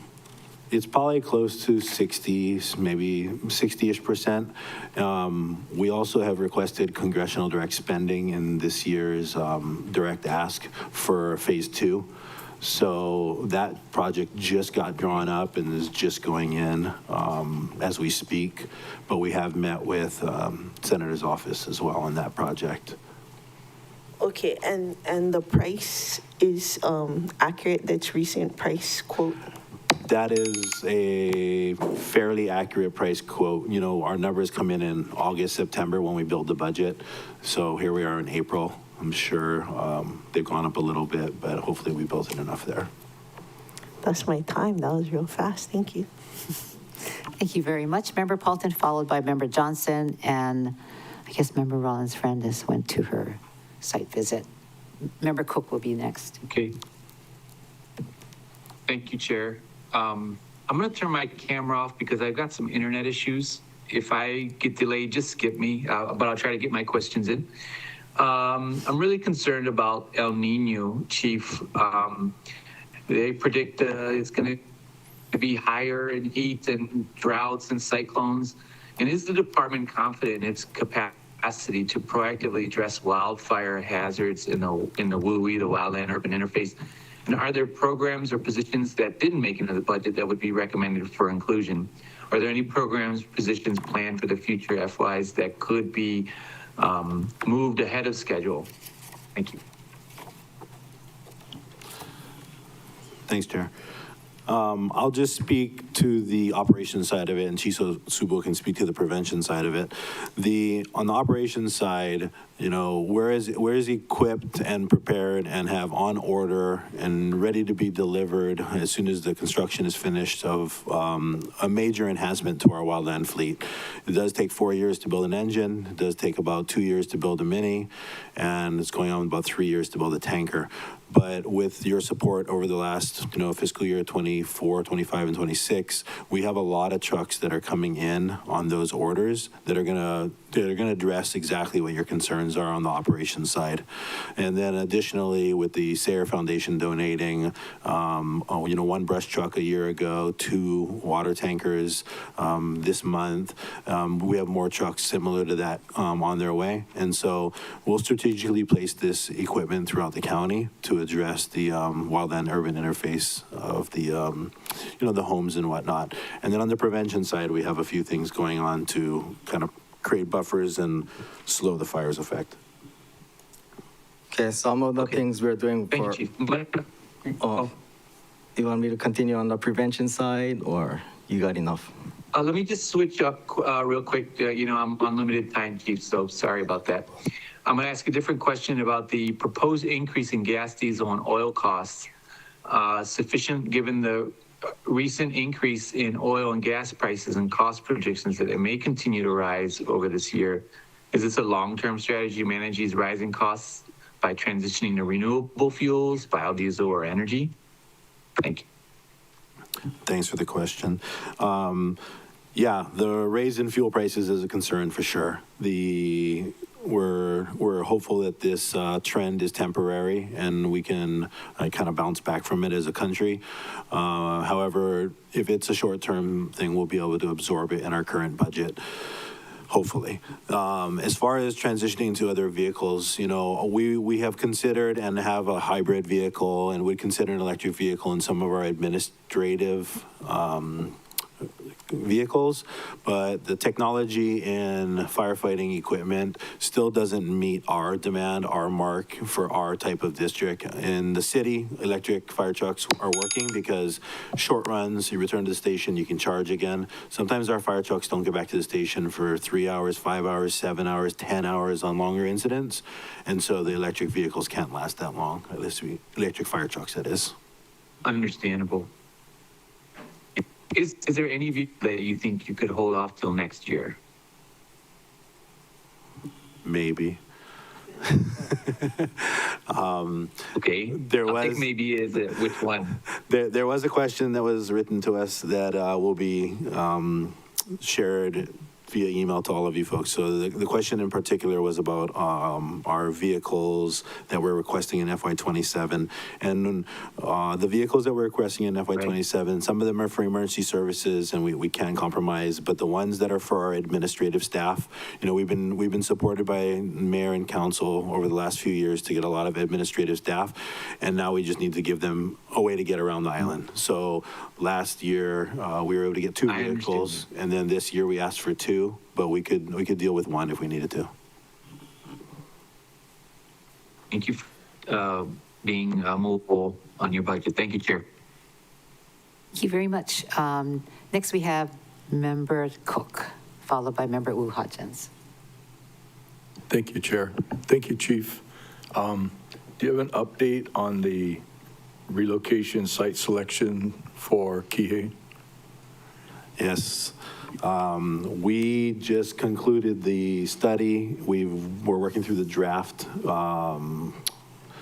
study, and it's probably in its final version right now. We just got to give it one more review before we make any changes. We looked at sites that were outside of the Slorexa, outside of the SMA, preferably above Pi'ani Highway, and north of the Kihei Police Station, just so that we could kind of bifurcate the district as best as possible to keep that 7-minute response time down. So there were several properties that were looked at, and probably the 2 that rose to the top were in the Pi'ikea area, or the Poa area, the top by the tech park, and maybe in the future, if that doesn't work out, the Pilani Promenade area. So it's not to the point for any land purchase funding? We're kind of in the best interest of the county and to save us the most amount of money, we're looking hopefully towards the promenade because they're willing to help us with the property and donate to us. Okay, thank you. My other question, I think you reviewed it in your notes, but in program budget, page 304, an explanation following how it relates to the exclusive dispatch center. And that's just like, how will it impact your current dispatch operations? Gotcha. So that's a pretty complicated project we're working on right now. So a PSAP, or a public safety answering point, is what Maui Police Department's dispatch centers, and they have towed the line and carried the weight for decades for our community. And what we would be building in our department is a secondary PSAP so that we could dispatch fire, medics, and ocean safety officers out of our dispatch center, and they could focus on the police side. It would impact operations a little bit on the call-taking side, the way we've looked at models in Honolulu and other cities where the dispatch centers are separated. And so you have an initial call taker, and that would still be Maui Police Department that would take the call, and then they would transfer it to the right parties, whether it was a police dispatcher or a fire, ocean safety, or medic dispatcher. So it would still be integrated with the MPDs? Yeah, it's that's part of why we want to do this study, to see what overlaps we need to maintain and what maybe they have a more police-specific software they use and there's a better fire-specific software that we could use. And if those can still integrate, then that's what we want to learn by this study so that we can make sure we're kind of setting this up for the future. Okay, thanks. Well, we got to take care of the dispatchers. We've learned how difficult that job is. Thank you, Chair. Thank you, Chief. Thank you very much. Next, we have Member Hodgins, followed by Senensi. Thank you, Chair. I don't have too many questions because Chief Ventura and I celebrated Prince Kogyo Day by talking about his budget. But since Member Cook brought up the calls, I'm really glad he did. So in the audit book that we received the other week, I was looking at the back few pages. So in 2016, fire responded to 10,931 calls. And in 2025, they responded to 17,497 calls. Obviously, that's a major increase and not too much of an increase in personnel. So I was going to ask, what can we do to ensure that we have enough resources to respond to these 7,000 some odd calls that you folks are now experiencing with the same amount of people? Thanks, Chair. Thank you for that question. Operationally, and to add one more detail to your stats there, our last fire station that was added was Wailea. Kaunakakai was built and moved after that. But in 2003, we opened Wailea Station, and we were just over 5,000 calls a year. And so you've seen the increase. And we've done about all we can do within our current building structure. Every fire station, we've maxed out every parking stall, every bed, every slot to put somebody in. So it's critically important that we continue to grow the department over the years, do it responsibly and do it in phases.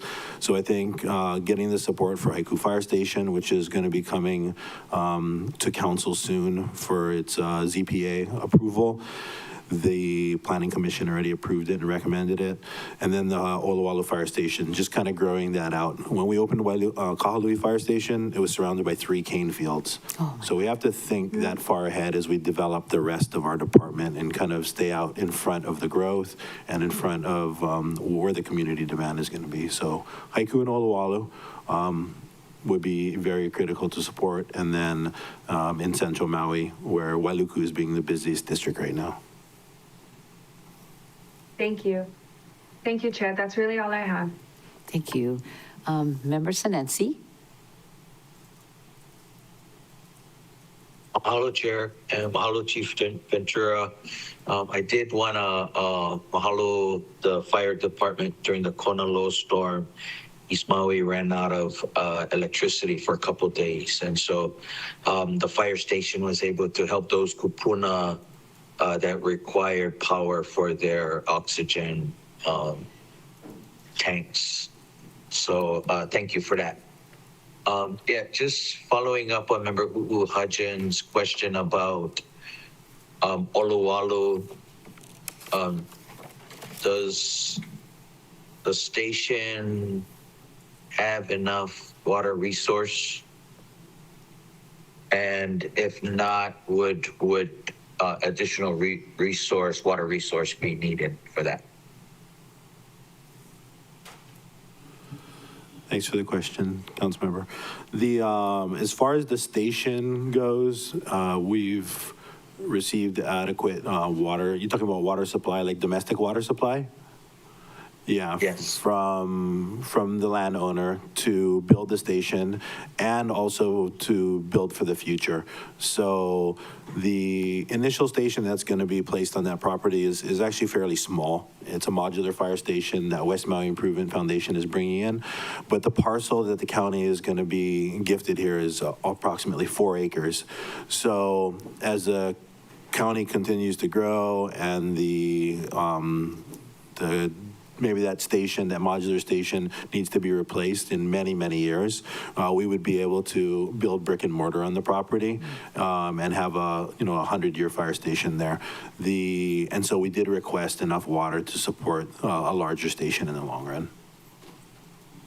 And of course, those planned new stations would require larger crews, more trucks. Yeah, so fortunately, we're in front of this already, which is a good thing. Bezos Family Foundation donated the truck for Oluwalu Fire Station that should be here on island in 2026. And the Haiku fire truck was already ordered about a year ago because it takes 4 years to build. We were kind of lining that up with our 6-year CIP for the project. Oh, okay. And then, so you mentioned the truck donations. So you would still require some of the new trucks in the budget with the family donations? Yes, sir. The donations that we're getting are great wildland firefighting trucks, but they're not engines. And so the request we have this year is for one engine and a tanker for Wailea, but it's a larger tanker than what we're getting donated. The ones we just got donated and you folks approved are 1,250 gallons. And the one we have coming in for Wailea is 3,500 gallons. So it's just a little bit different of a vehicle. Okay, thank you for that. And then my last question, Chair, was in Paia, there was a question about drones for lifeguards when trying to locate missing people out to sea. Is that something that the department already does? Yes, sir. We do have a drone program, and we have drones at various locations throughout our department. With the support of Mayor and this body, we added our battalion chief aides to our response fleet last year, and they will have drone capability on scene. We also work with some of the lifeguards and have some lifeguard-specific drones that are available for doing ocean searches, which we just did 2 weeks ago. All right, thanks for that. Thank you, Chair. That's all the questions I had. Thank you, Member Senensi. So I have a question. We're hearing or just wondering what's happening with your bargaining units agreements. Thank you, Chair. Update on the two main bodies in our department. We have almost 100 lifeguards and 300 plus firefighters. Those are what sounds like the last two bargaining units to finish arbitration. There was an announcement that just happened recently for the Hawaii firefighters. Arbitration was complete and the arbitrator made its ruling. So now we're just kind of waiting for formal confirmation and documentation of what the situation is. Rumor has it, it was not favorable. And so we also have the lifeguards that just went to arbitration on March 2nd, 3rd, 4th, 5th. And so we have to wait until the lawyers put in their final briefs to the arbitrator, and then the arbitrator will have another 30 days to make his final decision. So we don't have anything final regarding the firefighters? Nothing's concrete yet. Right now, we just have some emails and text messages, but I haven't seen any documents. DPS might have something. Okay, I guess we have to get the final documents before we can. All right, so I have a question. I guess over the weekend I had email exchange, and Captain Voss, thank you for working on Saturday, and thank you, Chief, for also answering about permitting. And I noticed that in the program book, page 333, Fire Prevention Program, you have services provided, plan review, processing, inspection, revolving fund. And I was wondering if you were planning on using this at all for to help expedite permitting. And in Bill 55, on page 58, special purpose revenues, scheduled revolving special funds, CC, item CC, top of the page, it talks about plan review, processing, and inspections, and there is $2.2 million, well, there's $2 million. So I wonder if you're going to be using that to help with the permitting concerns. I think your guys are overworked by working on Saturdays, going through paperwork. I wonder how we can help you. Okay, so talking about plan review, we did some research and we have several strategies to improve in that area. One is we are trying to get a career path for fire prevention. Just met with DPS last week and showed them their problems, and they agree with the solution. well, we're going to present like 2 solutions and work with them on it. We also, I guess, Cap Oliver made better instructions for applicants. And then the third one is third-party reviews by 4-Leaf. And we're looking at using that revolving fund to, I guess, try to put that in place. Okay.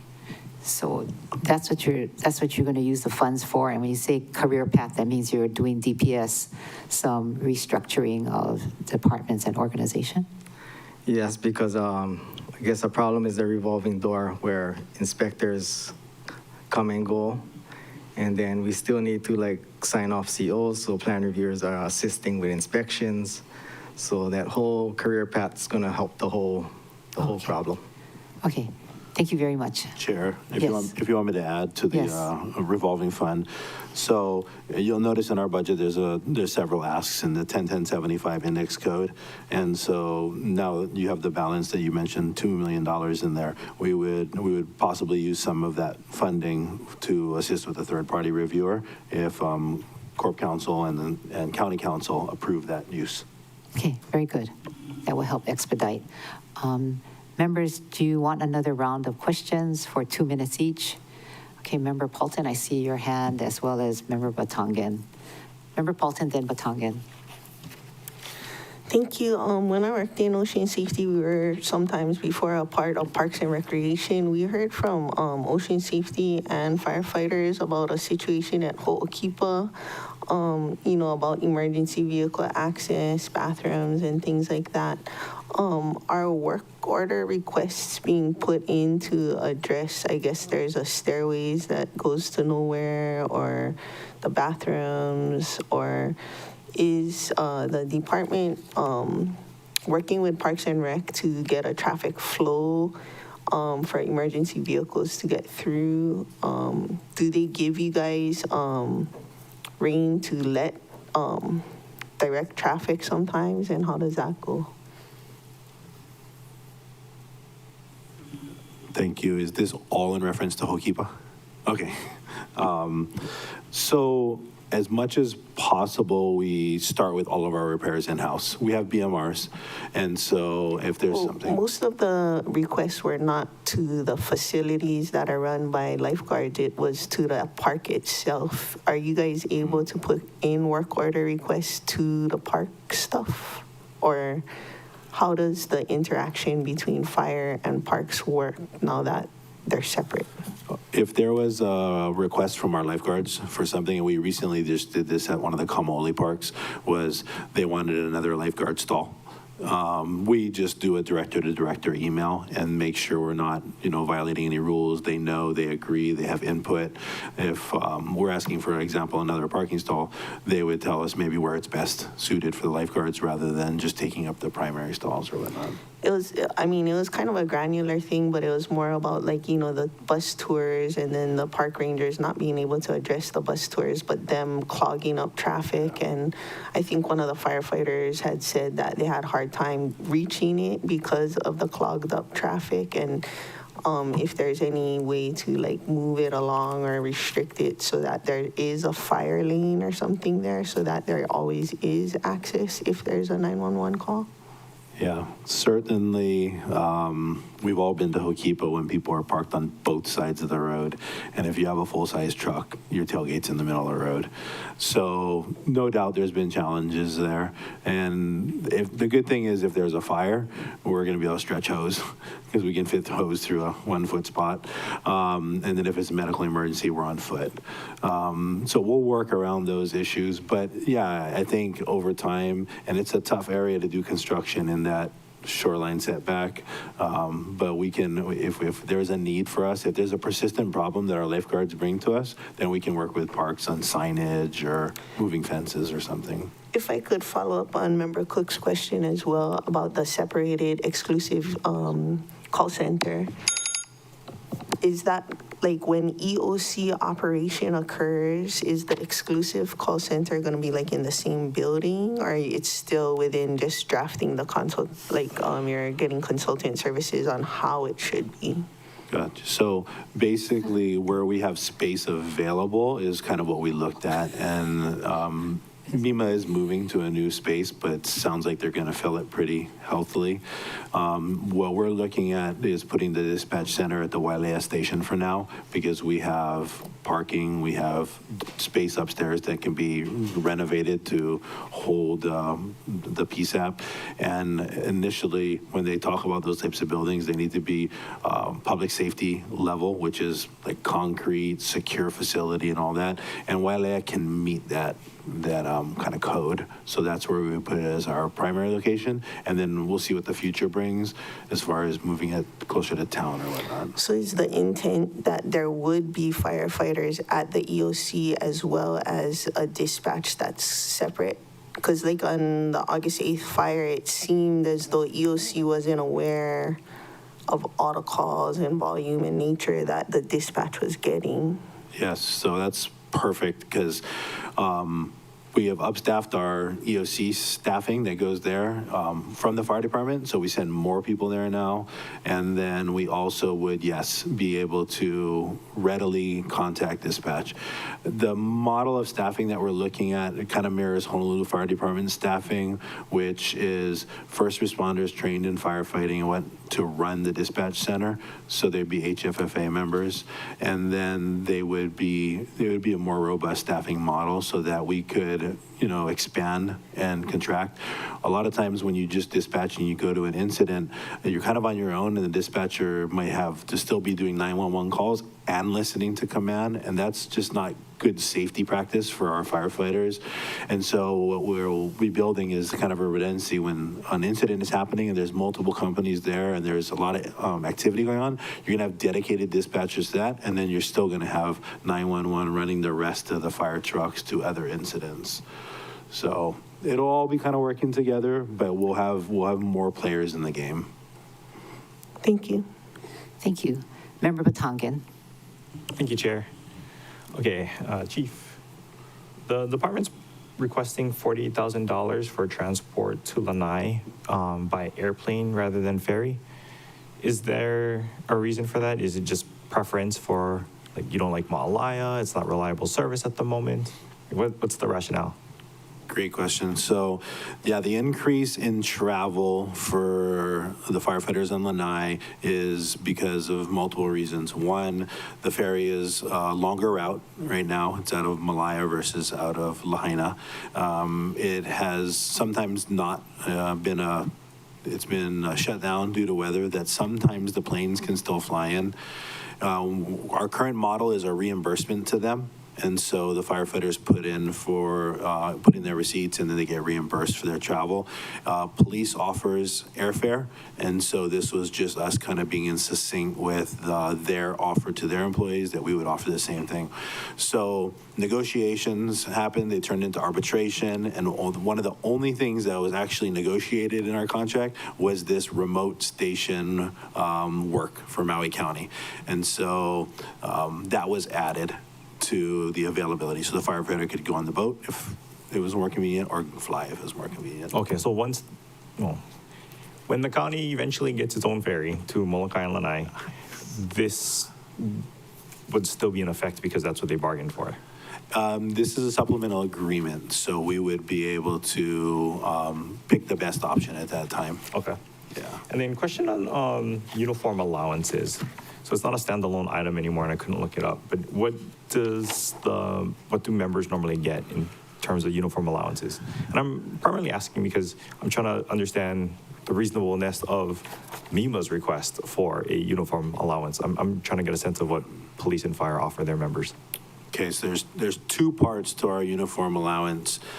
One is our blues that you see firefighters wearing, and then on the lifeguard side, their beachwear, their board shorts, lycras, sun protection, sweaters. That's all reimbursement. So they go buy it themselves and they get reimbursed, or they pay a discounted rate for it. Then there's uniform items that are in the CBA. So both collective bargaining agreements provide the employee with a maintenance of their uniforms. So like dry cleaning and pressing and that sort of thing. And that comes directly to them in a check once a year.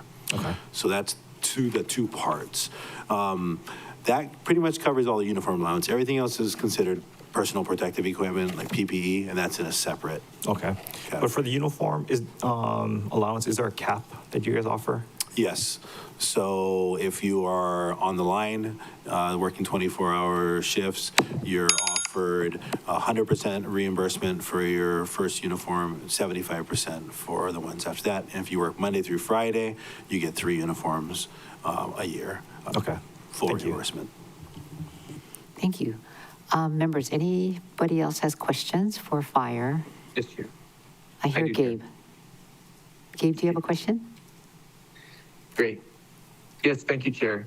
Following up on a few questions Councilmember Batangan brought up, the travel money for Lanai. I also want to remind everybody, after the fires of Lahaina, some firefighters had to move to Oahu to continue working, so they have to fly from Oahu because of the housing shortage that we have to deal with. So there's that. Chief, I'm looking. How can I put this nicely? I'm looking for some cuts, and I want to, hear your opinions on this. The repaving of the Joint Training Center, is that possible to wait till next year? And again, Councilmember Batangan brought up the uniforms. It's $71,000 for ties and new hats.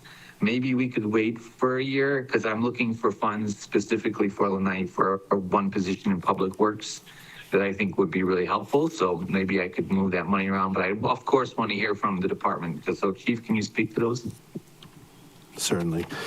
So those questions did come to us and were transmitted with answers back to you folks maybe a few minutes ago. In reference to the ties and hats, those are not mission essential. And so we understand if it's not the right time, it's not the right time.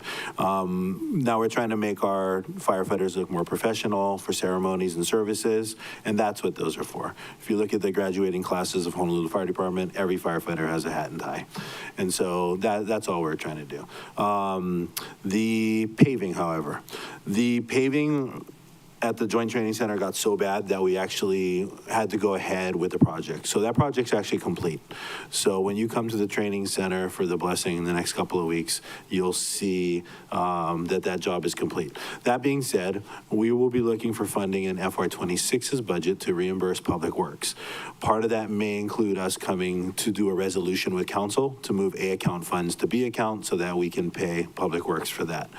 That all being said, that $160,000, all of that is not needed. We're requesting, and it was transmitted to you folks, to keep $45,000 in that index code to finish the training center. That includes containers, roofing, props, building out the rest of what we plan for the yard, we call it, in the training center. So out of the $160,000, some of that is available for you. Chief, I just want to appreciate you guys. I know we want to do everything we can, and that's why I'm really glad you're able to respond the way you did. Thank you so much. Thank you, Chair. No further questions. Thank you. Members, any more questions for fire? Okay. So, Kate, I'm going to now take a recess, and then we can change out and ask housing to take your place. But Chief, thank you very much for I know you work hard on this budget, and so we appreciate your focus.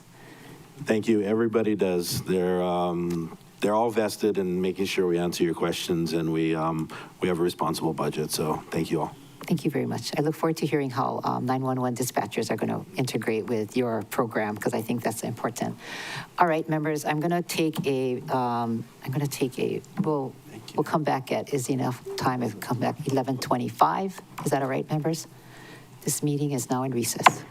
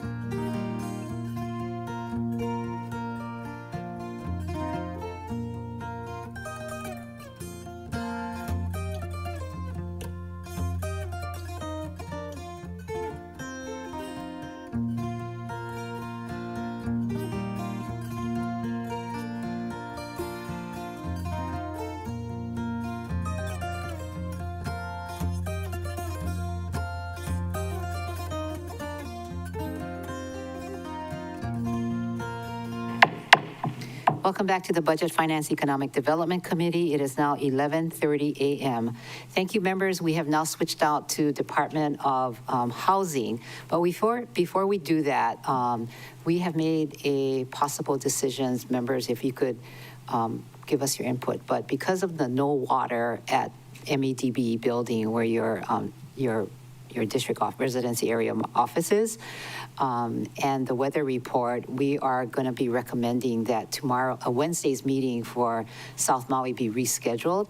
And I did get a request for it to be on the 14th. And because of that, Member Paulton, for your meeting at West Maui, would you like to also consider it to be rescheduled?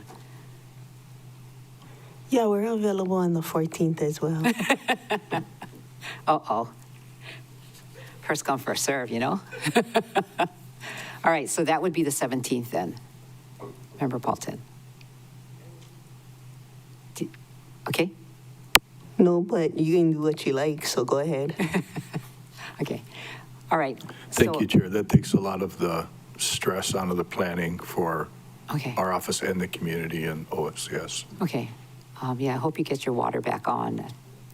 They will. Department of Water Supply did a really good job on the weekend. There's a 36-inch water line that they had to do a patch on.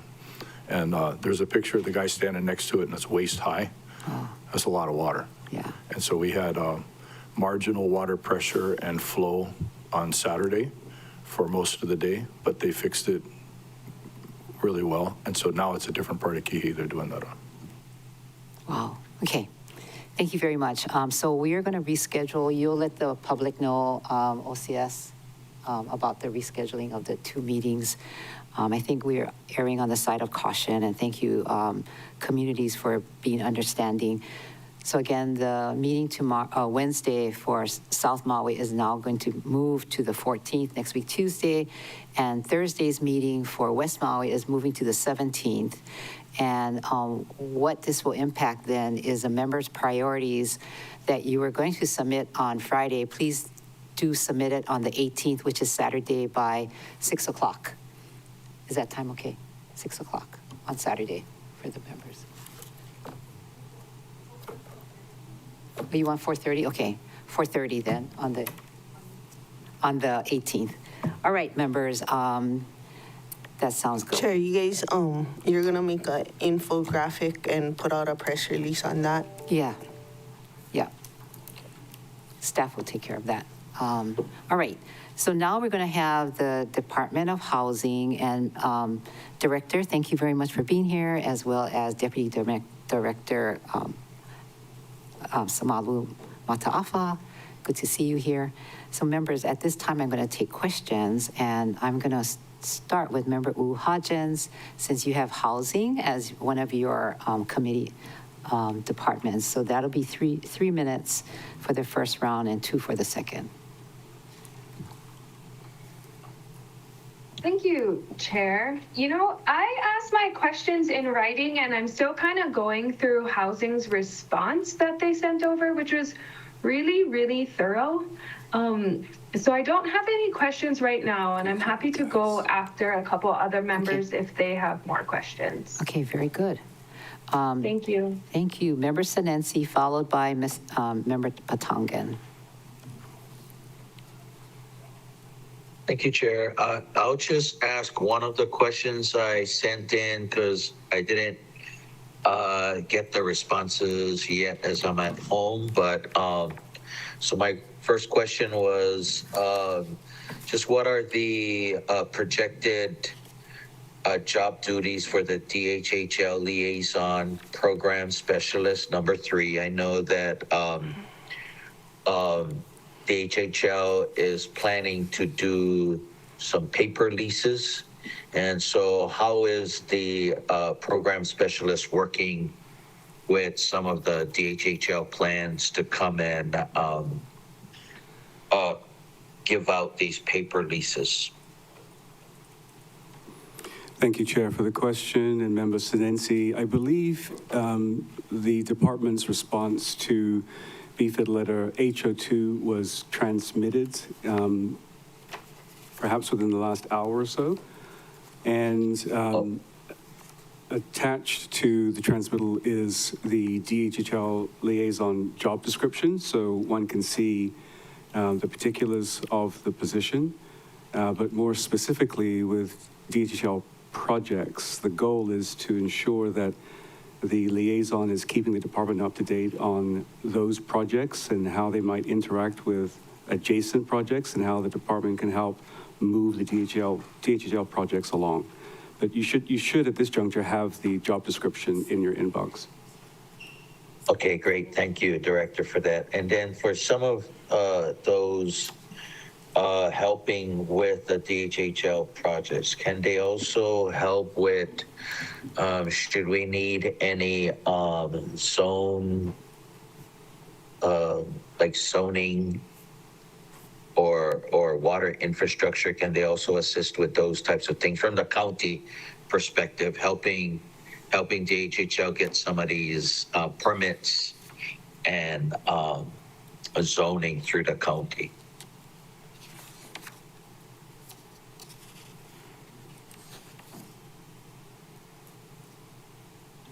Thank you for the question, Chair and Member Sinensi. The way the DHL liaison position functions within the department is to not take a lead role in the substantive work of the DHL projects, but to rather keep the department informed of where the projects are going and any issues in the projects that the department could play a role in, because the department has either adjacent infrastructure it's working on or adjacent project, so that we can coordinate the two. But it's not to take on a lead role within the prosecution of a DHL project.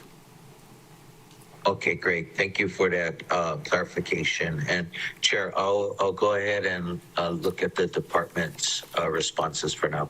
Thank you. Thank you. Member Batangan, followed by Chair Lee. Thank you, Chair. Okay, so I'm not sure how the appropriations for the Affordable Housing Fund came to be. Are they entirely from the fall 2025 competitive process?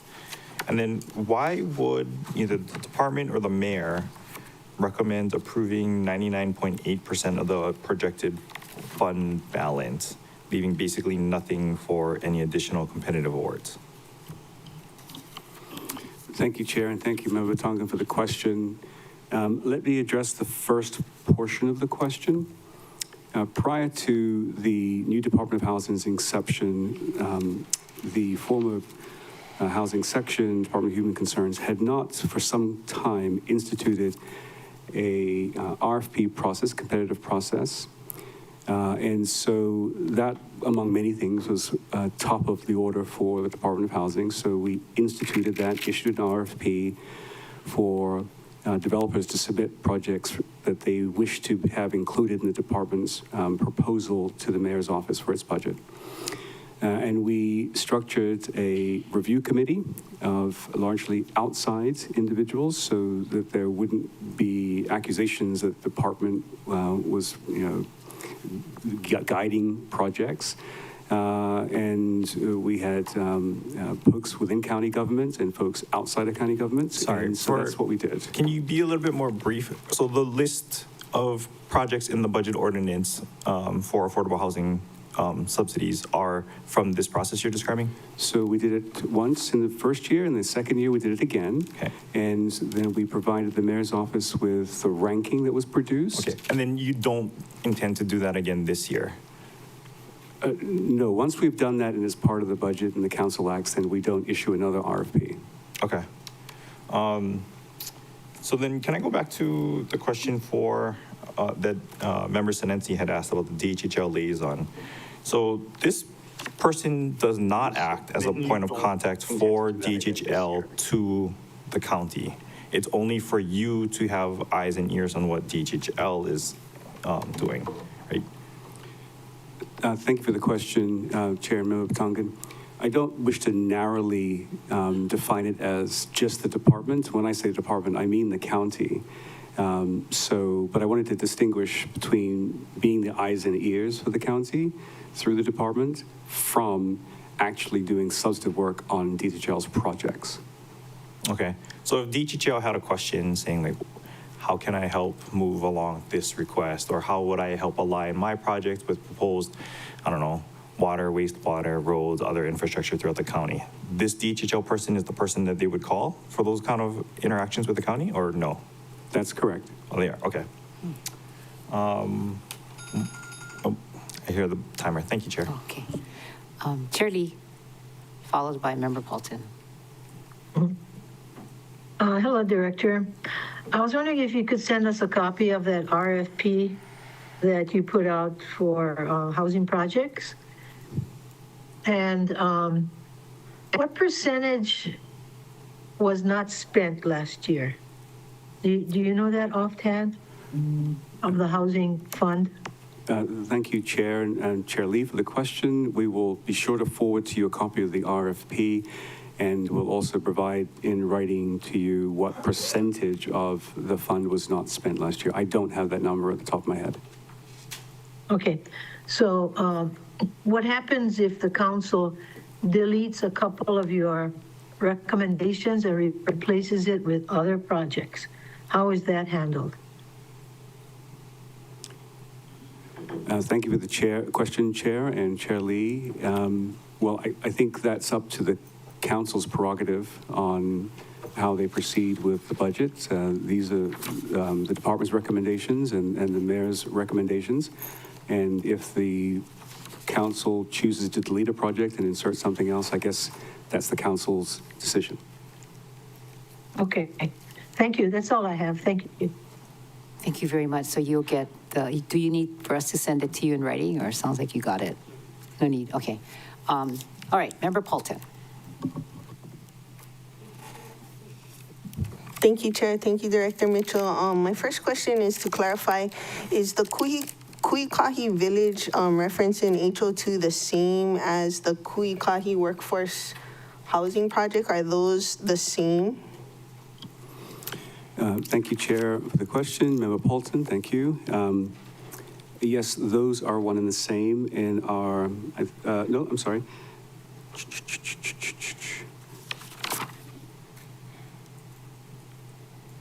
If you take a look at page 7 in our response, HO2 response that was sent about an hour or so today, our response to question 11 clarifies that the Kuikahi project has submitted an Affordable Housing Fund request in fiscal year 27 to create 102 for-sale residential units. Their proposal represents a shift in the previous project plans. So when I said the same, it's the project on the same property, but the project details have changed. And the developer will need to submit its plans to amend its land use entitlements approved by the council. So this number 3 on revolving funds, page 47, is a completely different project than the answer on page 11? Or that's correct. Question. So it's you said readiness was one of the criteria. It seems that Kuikahi is no longer ready if they have to do those other things. They have to shift and redo stuff.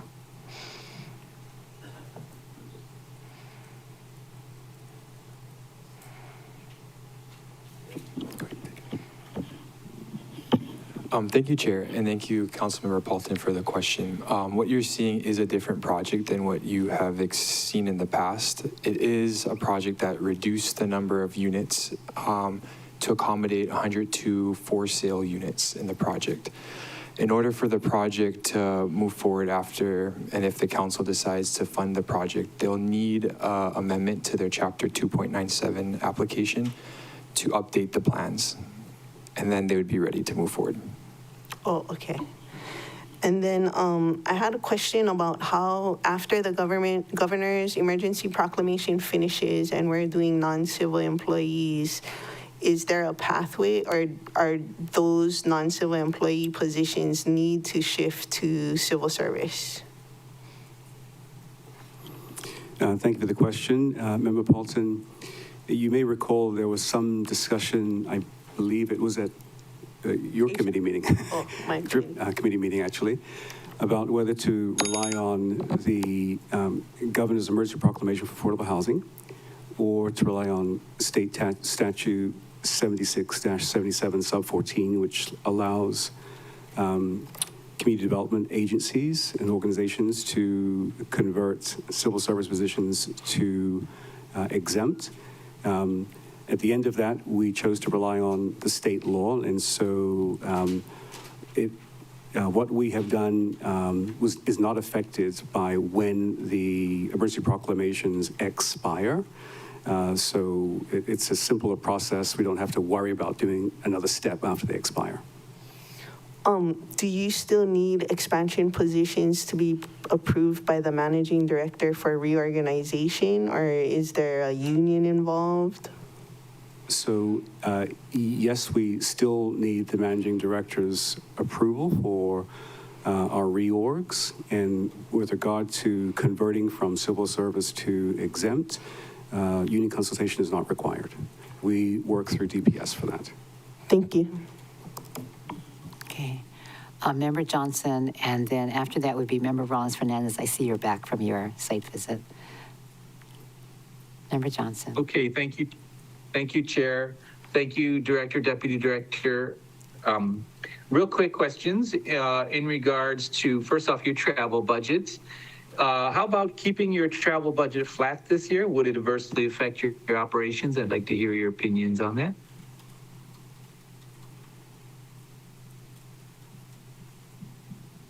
Thank you, Member Johnson, for the question. I want to just take a quick look at our budget details just to refresh my recollection on the percentage change. I think it was 20,000 change.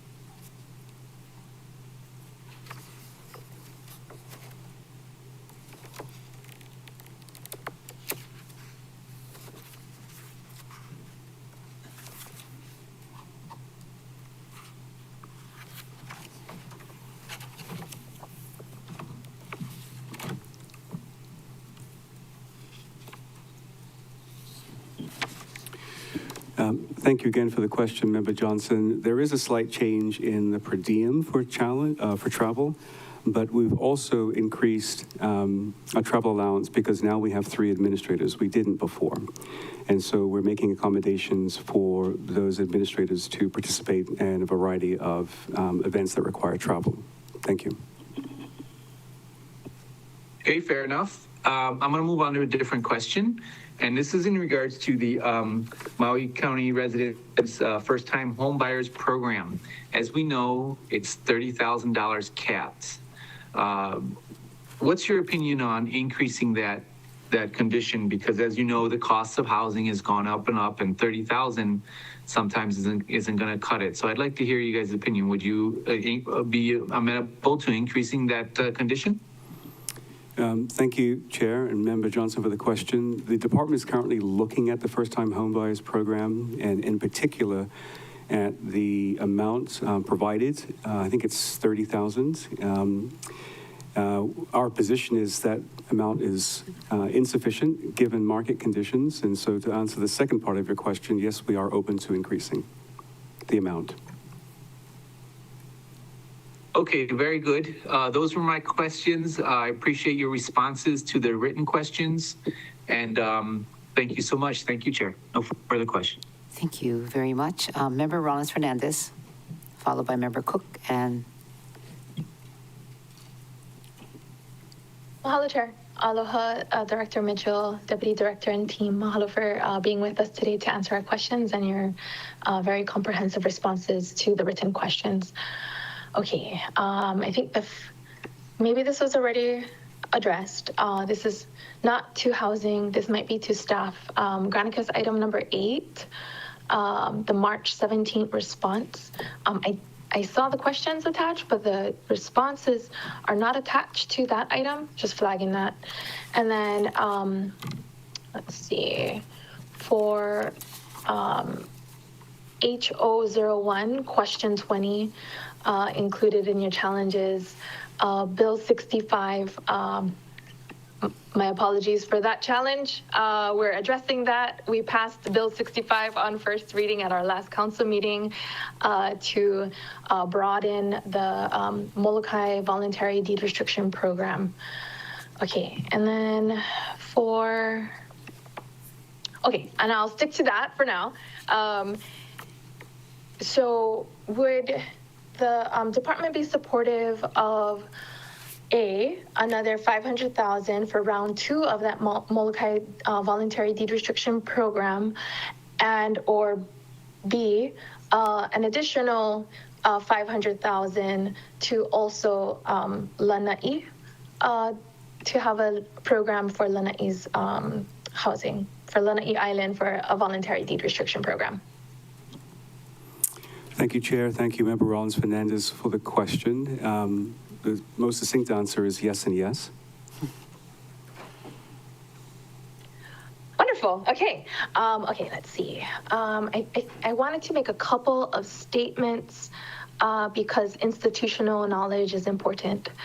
So the purpose of the DHHL liaison position, so that, if folks will remember, that was created by council, and that was a joint initiative by member Kalma and I.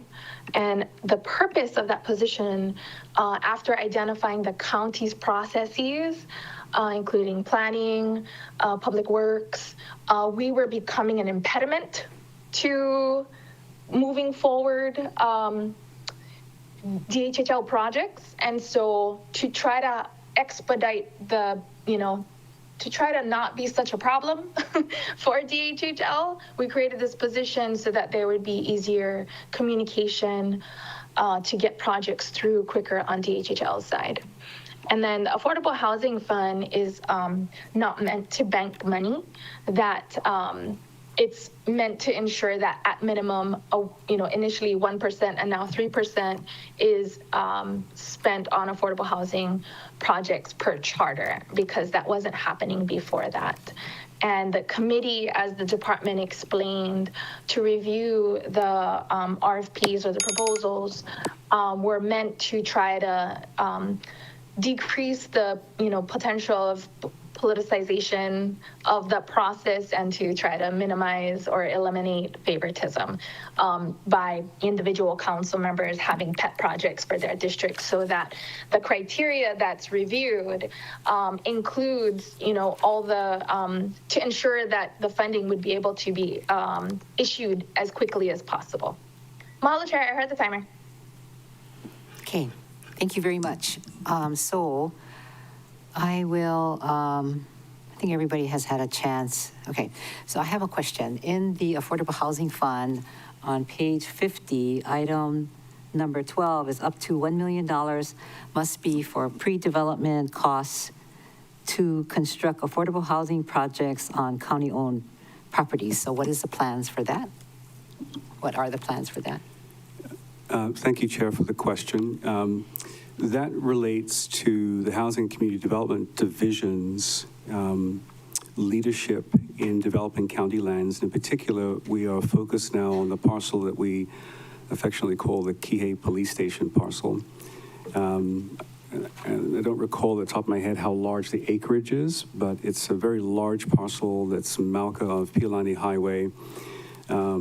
That's going to require a significant amount of pre-development costs to get that ready for development. So that's the purpose of that amount of money. Thank you. Oh, very good. Is that enough funding? Or do you have, is it to a point where you have details, or is it just kind of concept? What we would do, Chair, is we would issue an RFP for pre-development services, and we would anticipate that those funds would be used for those pre-development services. Okay, so you're assured that that's enough money then? We proposed an amount and worked through the Mayor's Office CIP folks to make sure that we weren't underestimating an initial amount. Okay, so you have checked on it then. So we still have La'akea in the audience, and it sounds like we're fine with what was presented. And then we got this handout, and I was wondering, are there any more funds at La'akea in their financial stack that they're anticipating to get from Department of Housing?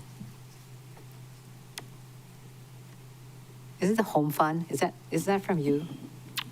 Housing Trust Fund? Thank you, Chair, for that question. Yes, there are additional funds that La'akea is applying for, and that includes the National Housing Trust Fund, the Home Investment Partnerships Program Fund, and then also we put in a request on behalf of La'akea Village for the Congressional Directed Spending funding as well. Okay.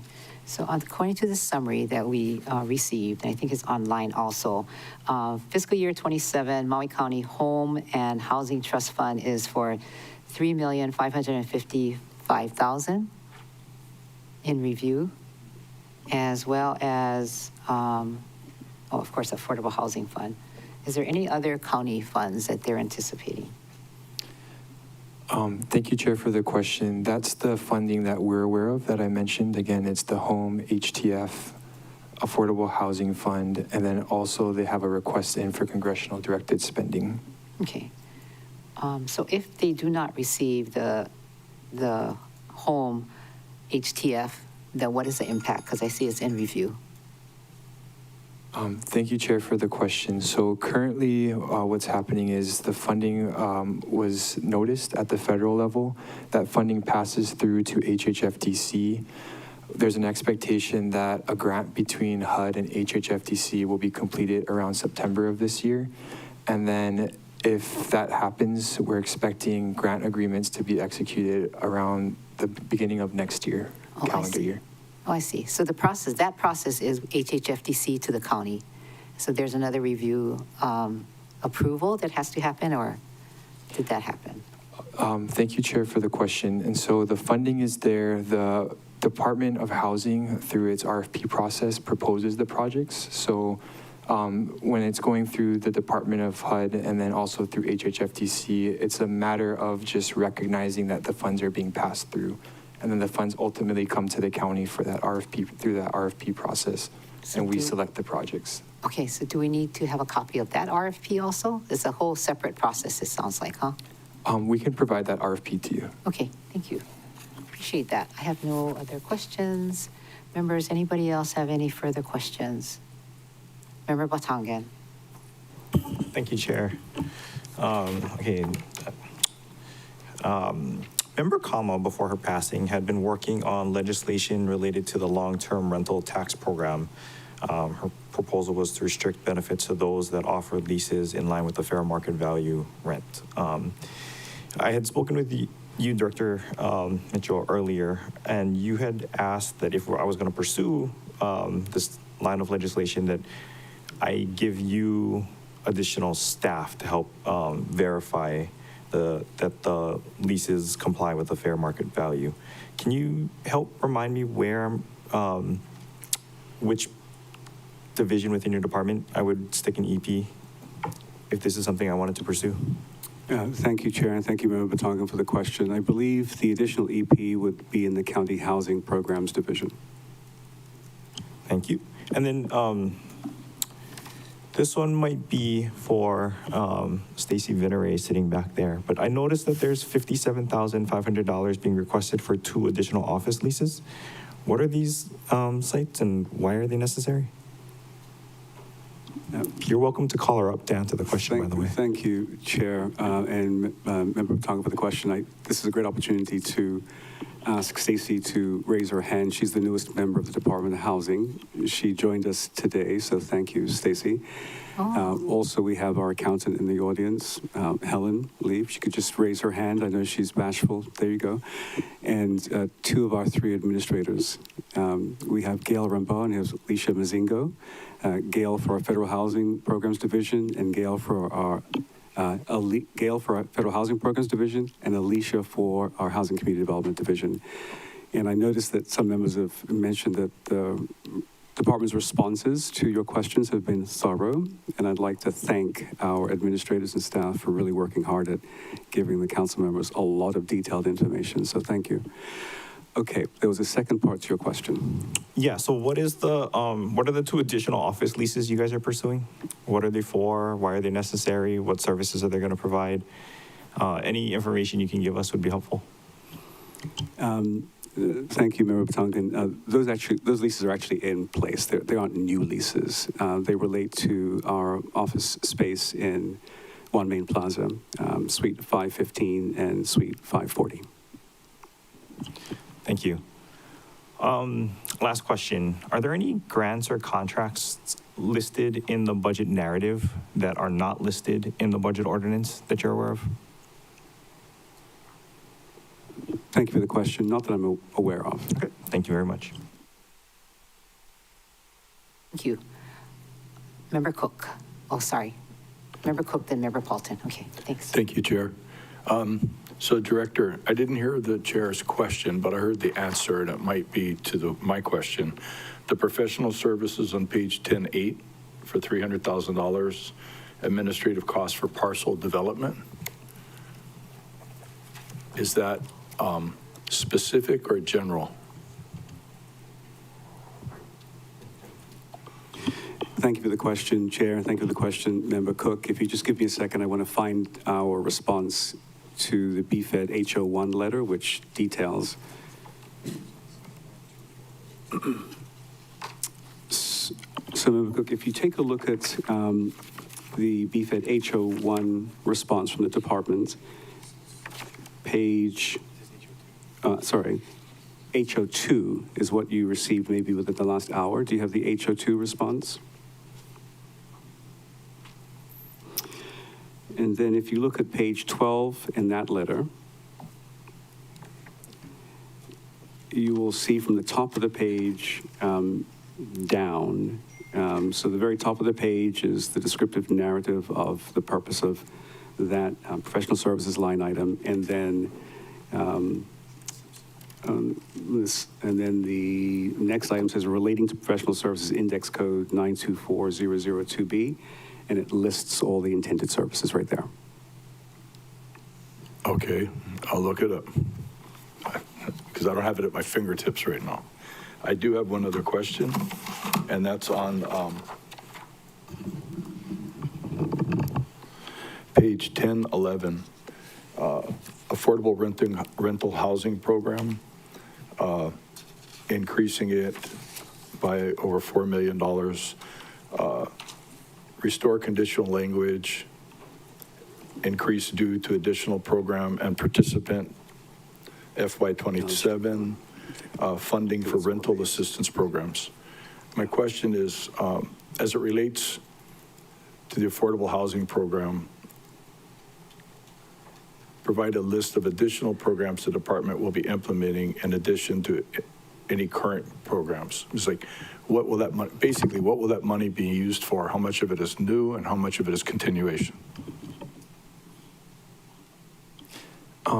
Thank you, Chair, and thank you, Councilmember Cook, for that question. So in the beginning of FY 2026, we issued an RFP to start the new grant cycle for the rental assistance program, which lasts for 2 years. We received 5 bids, and the department forwarded all 5 bids for consideration in the mayor's budget. And those include the Family Promise of Hawaii as one entity, which the funding amount will be a little over $1.2 million. The Global Empowerment Mission is the second entity, which is going to be awarded $3.45 million. We have Family Life Center, whose funding award will be $941,000.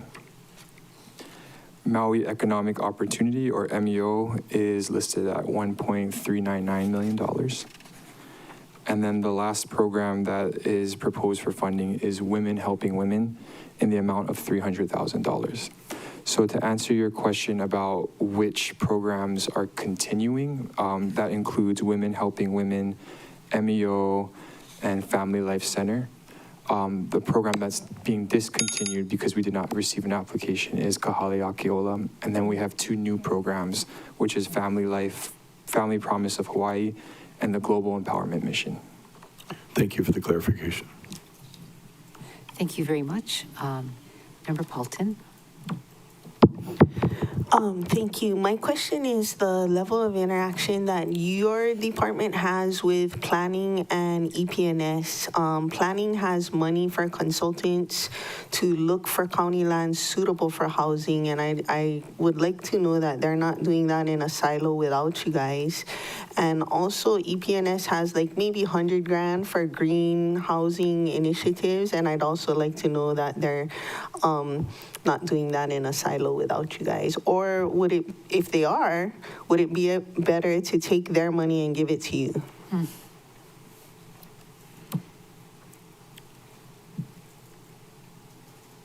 Thank you for the question, Chair and Member Paulton.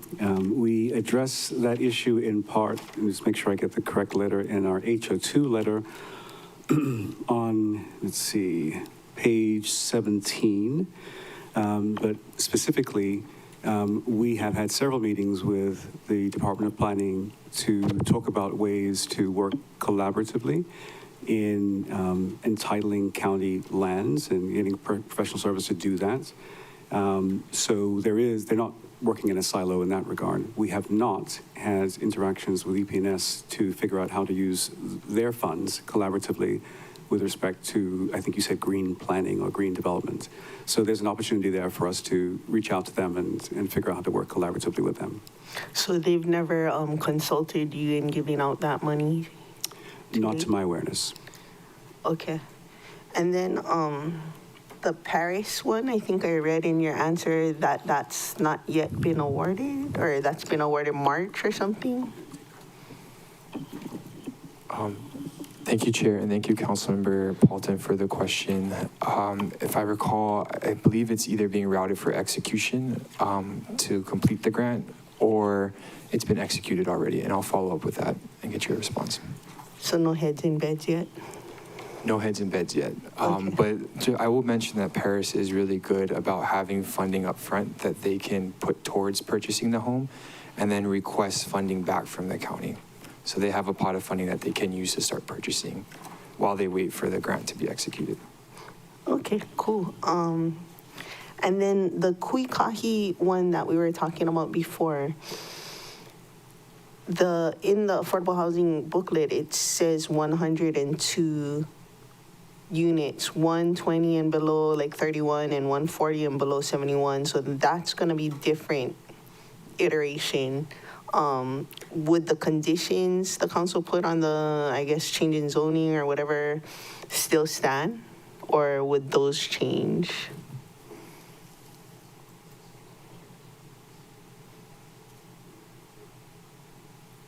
And is it a different landowner? Like, did something changed, right? Or no, they just changed their mind? Yeah. Thank you, Chair, for the question, Member Paulson. I think because there's a number of significant changes to that project, how we proceed is something we need to discuss with Corporation Counsel. When will you, I guess when the 2.97 re-amendment thing comes to us, that's when we'll dive deeper? That's correct. And so you recommend just leaving this money in there because it's in the form of a loan, and the Affordable Housing Fund will get the money back upon sale? That's correct. Okay, thank you. And then if I could just follow up on your earlier question about the Paris program, in our HO2 response, page 7, it's item number 12, we wrote the Paris program received an appropriation for $1 million and change in fiscal year 26. A grant agreement for the project was routed for execution in March 2026. So we need to figure out what the status is on executing that grant agreement.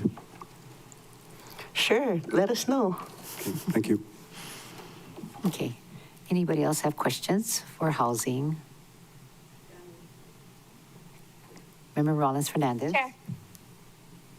Member Rollins Fernandez. Okay, I have 3 more questions for the department. All right, so HO01, question 13 asks about grants and the grant to Ikaika Ohana for the Lanai project. Well, it doesn't say to Ikaika Ohana, it says for the Lanai housing affordable housing project.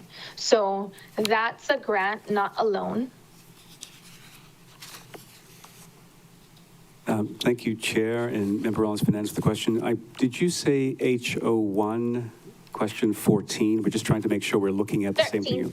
Oh, question 13. Sorry, let me just get to the right place. Close. Go ahead. Thank you, Chair, and thank you, Councilman Rollins Fernandez. I think you're asking whether the funding noted is in the form of a grant or a loan, and for that line item, it's for a grant to Ikaiko Ohana. Okay, and so if that question, question 13, it asks about which grants you have, and then there's also a previous question about contracts, but it doesn't ask about loans. So if that question included loans, there would likely be a longer list of projects there. Thank you, Chair, and thank you, Councilmember, for the question. So the funding that's referenced in our response to question 13, the two that are mentioned there are general funded line items, and those were issued in the form of a grant. We do have Affordable Housing Fund where we do issue loans out of that account. So you're correct, there could be another question that addresses the issuance of loans from the department. Okay, mahalo for that clarification. And then, oh shoot, I didn't write down which question it was, but regarding the rent to own program, is that going to be managed by the county, or is someone else managing, third party managing that?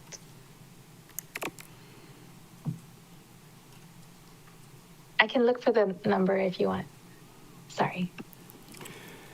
We're just trying to figure out where our response to that issue popped up in either HO1 or HO2. If you have that. Oh, HO1. HO1, and do you have the page number?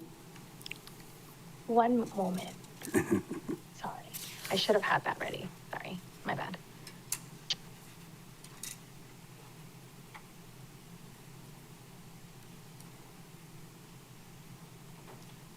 That would be question 14. What are the top 3 department priorities? And the department increased its FY27 Affordable Housing Fund appropriation by 21 million. Funding will support development of rental, rent to own, and workforce housing units. Thank you, Chair, and thank you, Councilmember Rollins Fernandez, for the question. So that specific response is addressed in our Affordable Housing Fund plan. So there's a few projects in the Affordable Housing Fund plan that are rent-to-own projects where the developer or the owner would be managing those units. Okay. I heard the timer. Mahalo. Do you have another question? Your last question? It's okay. Okay, all right. Thank you. All right, so I noticed if nobody else has a question, I just have one quick question. So the in your affordable, or in your breakdown of the departments of what you will be providing grants for, or projects, I should say, in budget details 1011, Hale'o Laie project 1011. So this is for 2.5 million, and this is continuation of the HHFDC arrangements that you have for this project? Thank you, Chair, for the question. Yes.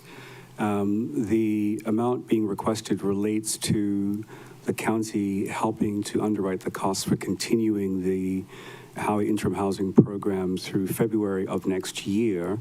The state requested an extension of the time to phase out the occupants. And of course, there's a cost associated with extending beyond the previous agreed August 26th timeline. So to accommodate the phasing out and to allow us to keep moving forward, that additional request for funding is to help underwrite the costs of the occupants in the building through, I think, February 27. So, Director, were those part of the wildfire occupants still, or is this brand new? or something different? Thank you for the question, Chair. I don't know the particulars of each of the occupants, but when the facility was initially populated, it included wildfire survivors. Yes. Okay. And so after you are done with this portion, what more is there that we need to do? Because we're taking over this property at some point once we do renovations. So we issued in March through our Housing Community Development Division an RFP for the redevelopment of the project. And then April 1st, we had a pre-bid conference. And I don't have the other deadlines on the top of my head. Do you recall the other deadlines that are coming up? But we have a schedule for our developer proposals to respond to now that they've received the RFP, they've gone to the pre-bid conference. So we're moving forward with our obligations under the memorandum of agreement to develop the property. Okay. So when would we take it over?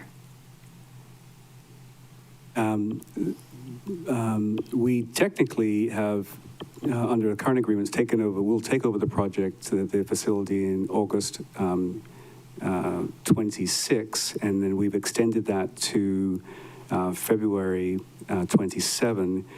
And then when we pick a developer, the developer will receive a sublease to the ground lease. The developer will take it over to develop at that juncture. So we're in the process of getting the developer.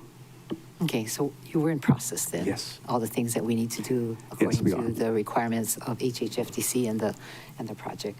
Okay, so that's my question. Last call, members. Is that it? Okay, so I'm gonna thank you very much, Director and Deputy, for being with us and for your questions. I guess we'll review what you sent over in detail, and so that's it for your department. Thank you very much. Thank you, Chair. So as they're leaving, I just wanted to reconfirm as far as our district meetings. So South Maui residency area meeting is now going to be on Thursday, April the 14th at 6 o'clock at the same place. West Maui residency area meeting is now on Friday at 4/17 at 6 p.m. And members' proposals are now due Saturday, April 18th at 4:30 p.m. Yeah, okay. So any questions on that? Thank you for your flexibility. I'm sorry, what? Can you repeat the due date on that? Yes. So members' proposals are now due on Saturday, April the 18th at 4:30. So we moved that one day over to adjust for the residency area meetings. So Is there, you have a template for that on the Granicus? Oh, for how we want the proposals to be submitted. Do we have a template? We can make one. Is that what you're saying? Yes. Staff will make a template, get it to you. So you will get the templates on that. So thank you very much for questions, so we can have consistency. We're done with the departments for today. And thank you, testifiers, everybody, for being here. So I just wanted to, we're going to end this meeting at 1 o'clock. Chair. Member Rollins Fernandez, you have a Chair. question? Yes, thank you. I think I was not in the meeting when you rescheduled the South Maui and West Maui.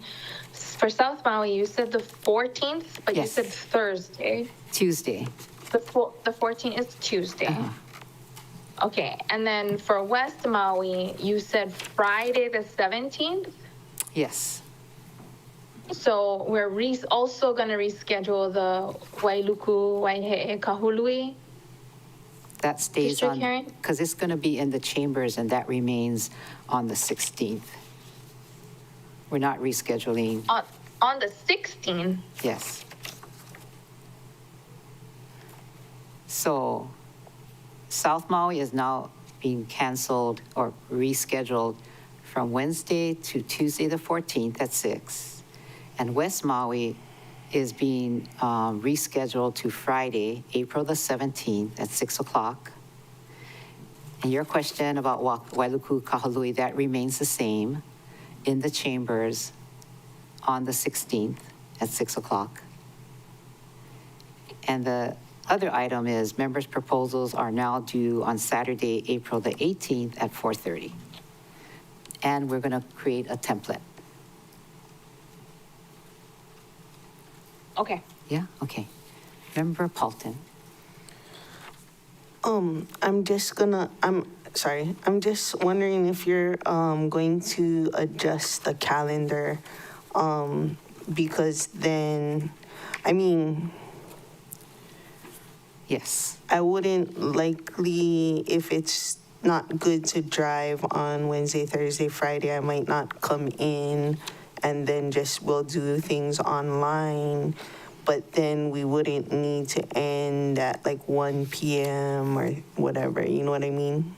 So when could we expect a adjusted schedule? Because we're ending at 1 because I gotta cook, right?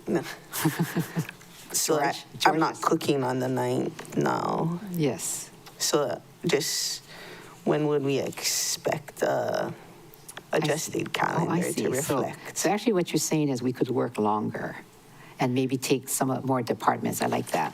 So let's work on the adjusted schedule if we need to. OCS, can you speak in the? Members, we're working with the budget director to see if departments are available to move them up. Yeah, because on Tuesday, the 14th, it says start at 1 p.m. till end, but then we're gonna have to drive to South Maui, so maybe we don't even need to come in. Nah, I don't know. I mean, I don't know how it works. I guess it's because we gotta fly in from Molokai on Tuesday, so just logistics needs to be adjusted, is all I'm saying. Yes, and departments for review. So we'll work on that and we'll get it to the members once we work on it with budget directors here. So we can work on it with budget director for departments as it may apply, and we'll redo this calendar. Very good. So do you think tomorrow we can have this done by? Is that too soon? We'll endeavor. Okay, as best as we can. Thank you. We gotta do some scrambling. Good question. Anybody else? Okay. Yes, Chair. Member This is Gabe Johnson. online. Member Johnson. Thank you, Chair. I won't be able to make the 17th. We have farmer's market on Saturday. I won't be able to make the Friday meeting. Oh, okay. Okay. Thank you. Are you done? Your hand was, okay, delayed. All right, so thank you very much. I'm done. Thank you, Chair. Thank you. We'll adjust the calendar, and we'll get back to you with what departments may be moved up, or we'll move it around so it works. I'm going to, one of the last things that I just wanted to talk about is budget perspective, I guess, for what we're going to do. So what we did already, the last several weeks, we've heard from ERS, Employee Retirement System, State of Hawaii, and Defined Benefit Pension Funds, EUTF, Hawaii Employer Union Health Benefit Trust Fund, and UHERO, which talked about our economic conditions. And with that, we've tethered our discussions to our current economic realities. As you know, that we are all hearing about gas prices being high. I think the fuel cost average for Maui is $6 per gallon. Molokai is $6.50 to $7 a gallon, and Hana is about $6 also. I'm curious what's happening with Lanai, because I always hear that Mr. Ellison keeps Lanai's gas prices down. So I look forward to hearing from you, Gabe, as to what your island is doing with these economic downturns or upticks that we're seeing right now. Molokai is over 7, Chair. Over $7. $7. Wow. Okay. Molokai is over Hana 7. is $6.90 in Hana. Wow. $6.90. Okay. And Lanai, Gabe, do you know what Lanai is?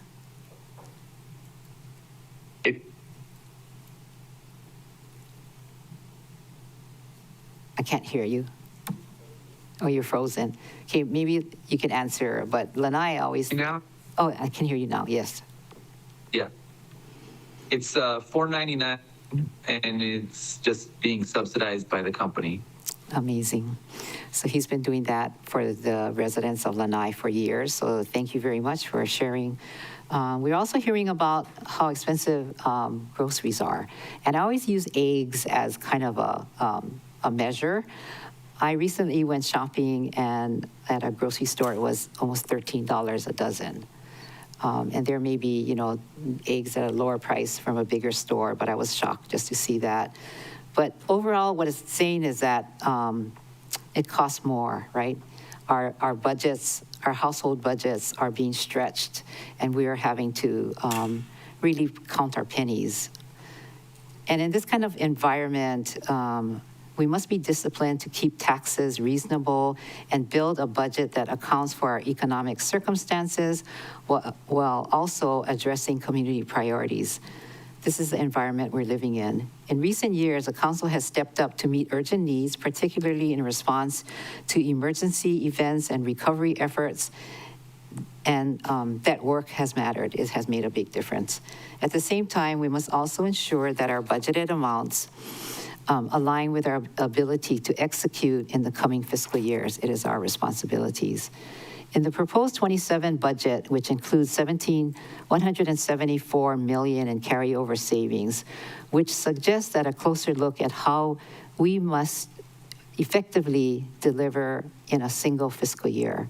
And I wanted to bring out a report that was done in May 21 from our county auditor, the report on fiscal sustainability and financial conditions of the County of Maui, which basically says under the financial indicator results, and this is interesting, the county has sizable financial reserves, and with these reserves gives the county increased flexibility to much reserves to be a size of, to supplement signs of services, and budget objectives are not being met to have these reserves, and that maybe we are, with our taxpayers, simply being overtaxed by having this excess. And I think we all saw that by the $174 million carryover savings. And if we can look at that responsibly is what I'm asking. Our county employees also continue to deliver over challenging circumstances, excuse me, including many vacant positions within each department. However, the 27 budget includes requests for more than 90 new positions. We're told that the vacant positions are around 500, of which DPS is going to clarify for us. We must analyze these areas and others as we progress through the budget process. We must also be clear about addressing our immediate needs. The Lahaina recovery remains a focus, while communities in flood-impacted areas for many of your districts are also in need of support with the recent Kona low storms. This requires us to be thoughtful about what what we ask for our departments, and to deliberate about where we focus our efforts. Looking ahead, we also need to consider long-term fiscal changes that will affect the county's revenue base, including the sunset of the GET revenue in 2030, and property tax impacts from the reduction of the short-term vacation rentals. What is the impact of Bill 9? Our goal should be a budget that is realistic today and sustainable for the future. I also want to ensure that this process includes a meaningful exchange of ideas amongst members. Your perspective will be critical in shaping a budget that reflects both community needs and practical realities. Ultimately, this is about setting clear priorities and delivering a plan that is both achievable and responsive to our community needs. So I just wanted to put that out there. And if any of the members have any input, I would love to hear from you before we adjourn at 1 o'clock. Chair. Member Cook, yes. Yeah, I mean, I'm feeling it now, and I see our community. I don't see an upturn in business, in job growth, in it's a couple $100 a month already for my gas. Food is probably $400 a month more if you do meat, fish, eggs, milk, basic necessities. Coffee's like $5 more a pound than I like to drink, so I'm going to start liking something else. I think that's universally true for all the working people on the island.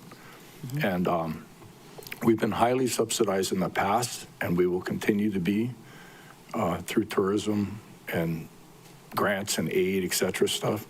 So I'd love to be as generous as we have been in the past and want to be for the nonprofits, because I think we get a really lot of bang for the buck. Our nonprofits on the island are incredible in what they perform, what they provide.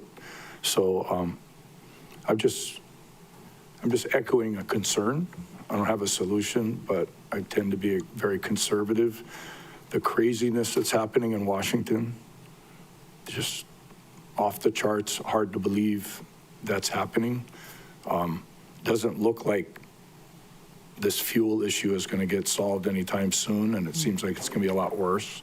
So anyway, I embrace all my colleagues, I embrace all of our neighbors, and encourage all of us to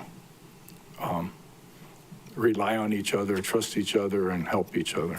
Thanks. Thank you. Anybody else have any comments? Okay, thank you very much, members. So at this time then, when we look at the budget, these are, I think, our responsibilities. And again, what wasn't included in this $1.6 billion budget, Kona Low Storm 2, and I think they took into consideration 1 by that statement that we got from the mayor when we had our budgets delivered. I look forward to hearing all of you as we go down this path, and our responsibility is pretty clear. At this time, if there's no other comments, then this meeting will now be adjourned at 12:32, and we will continue on with our discussion of BFED 1. Thank you very much, and we'll see you in Hana. Thank you. Thank you.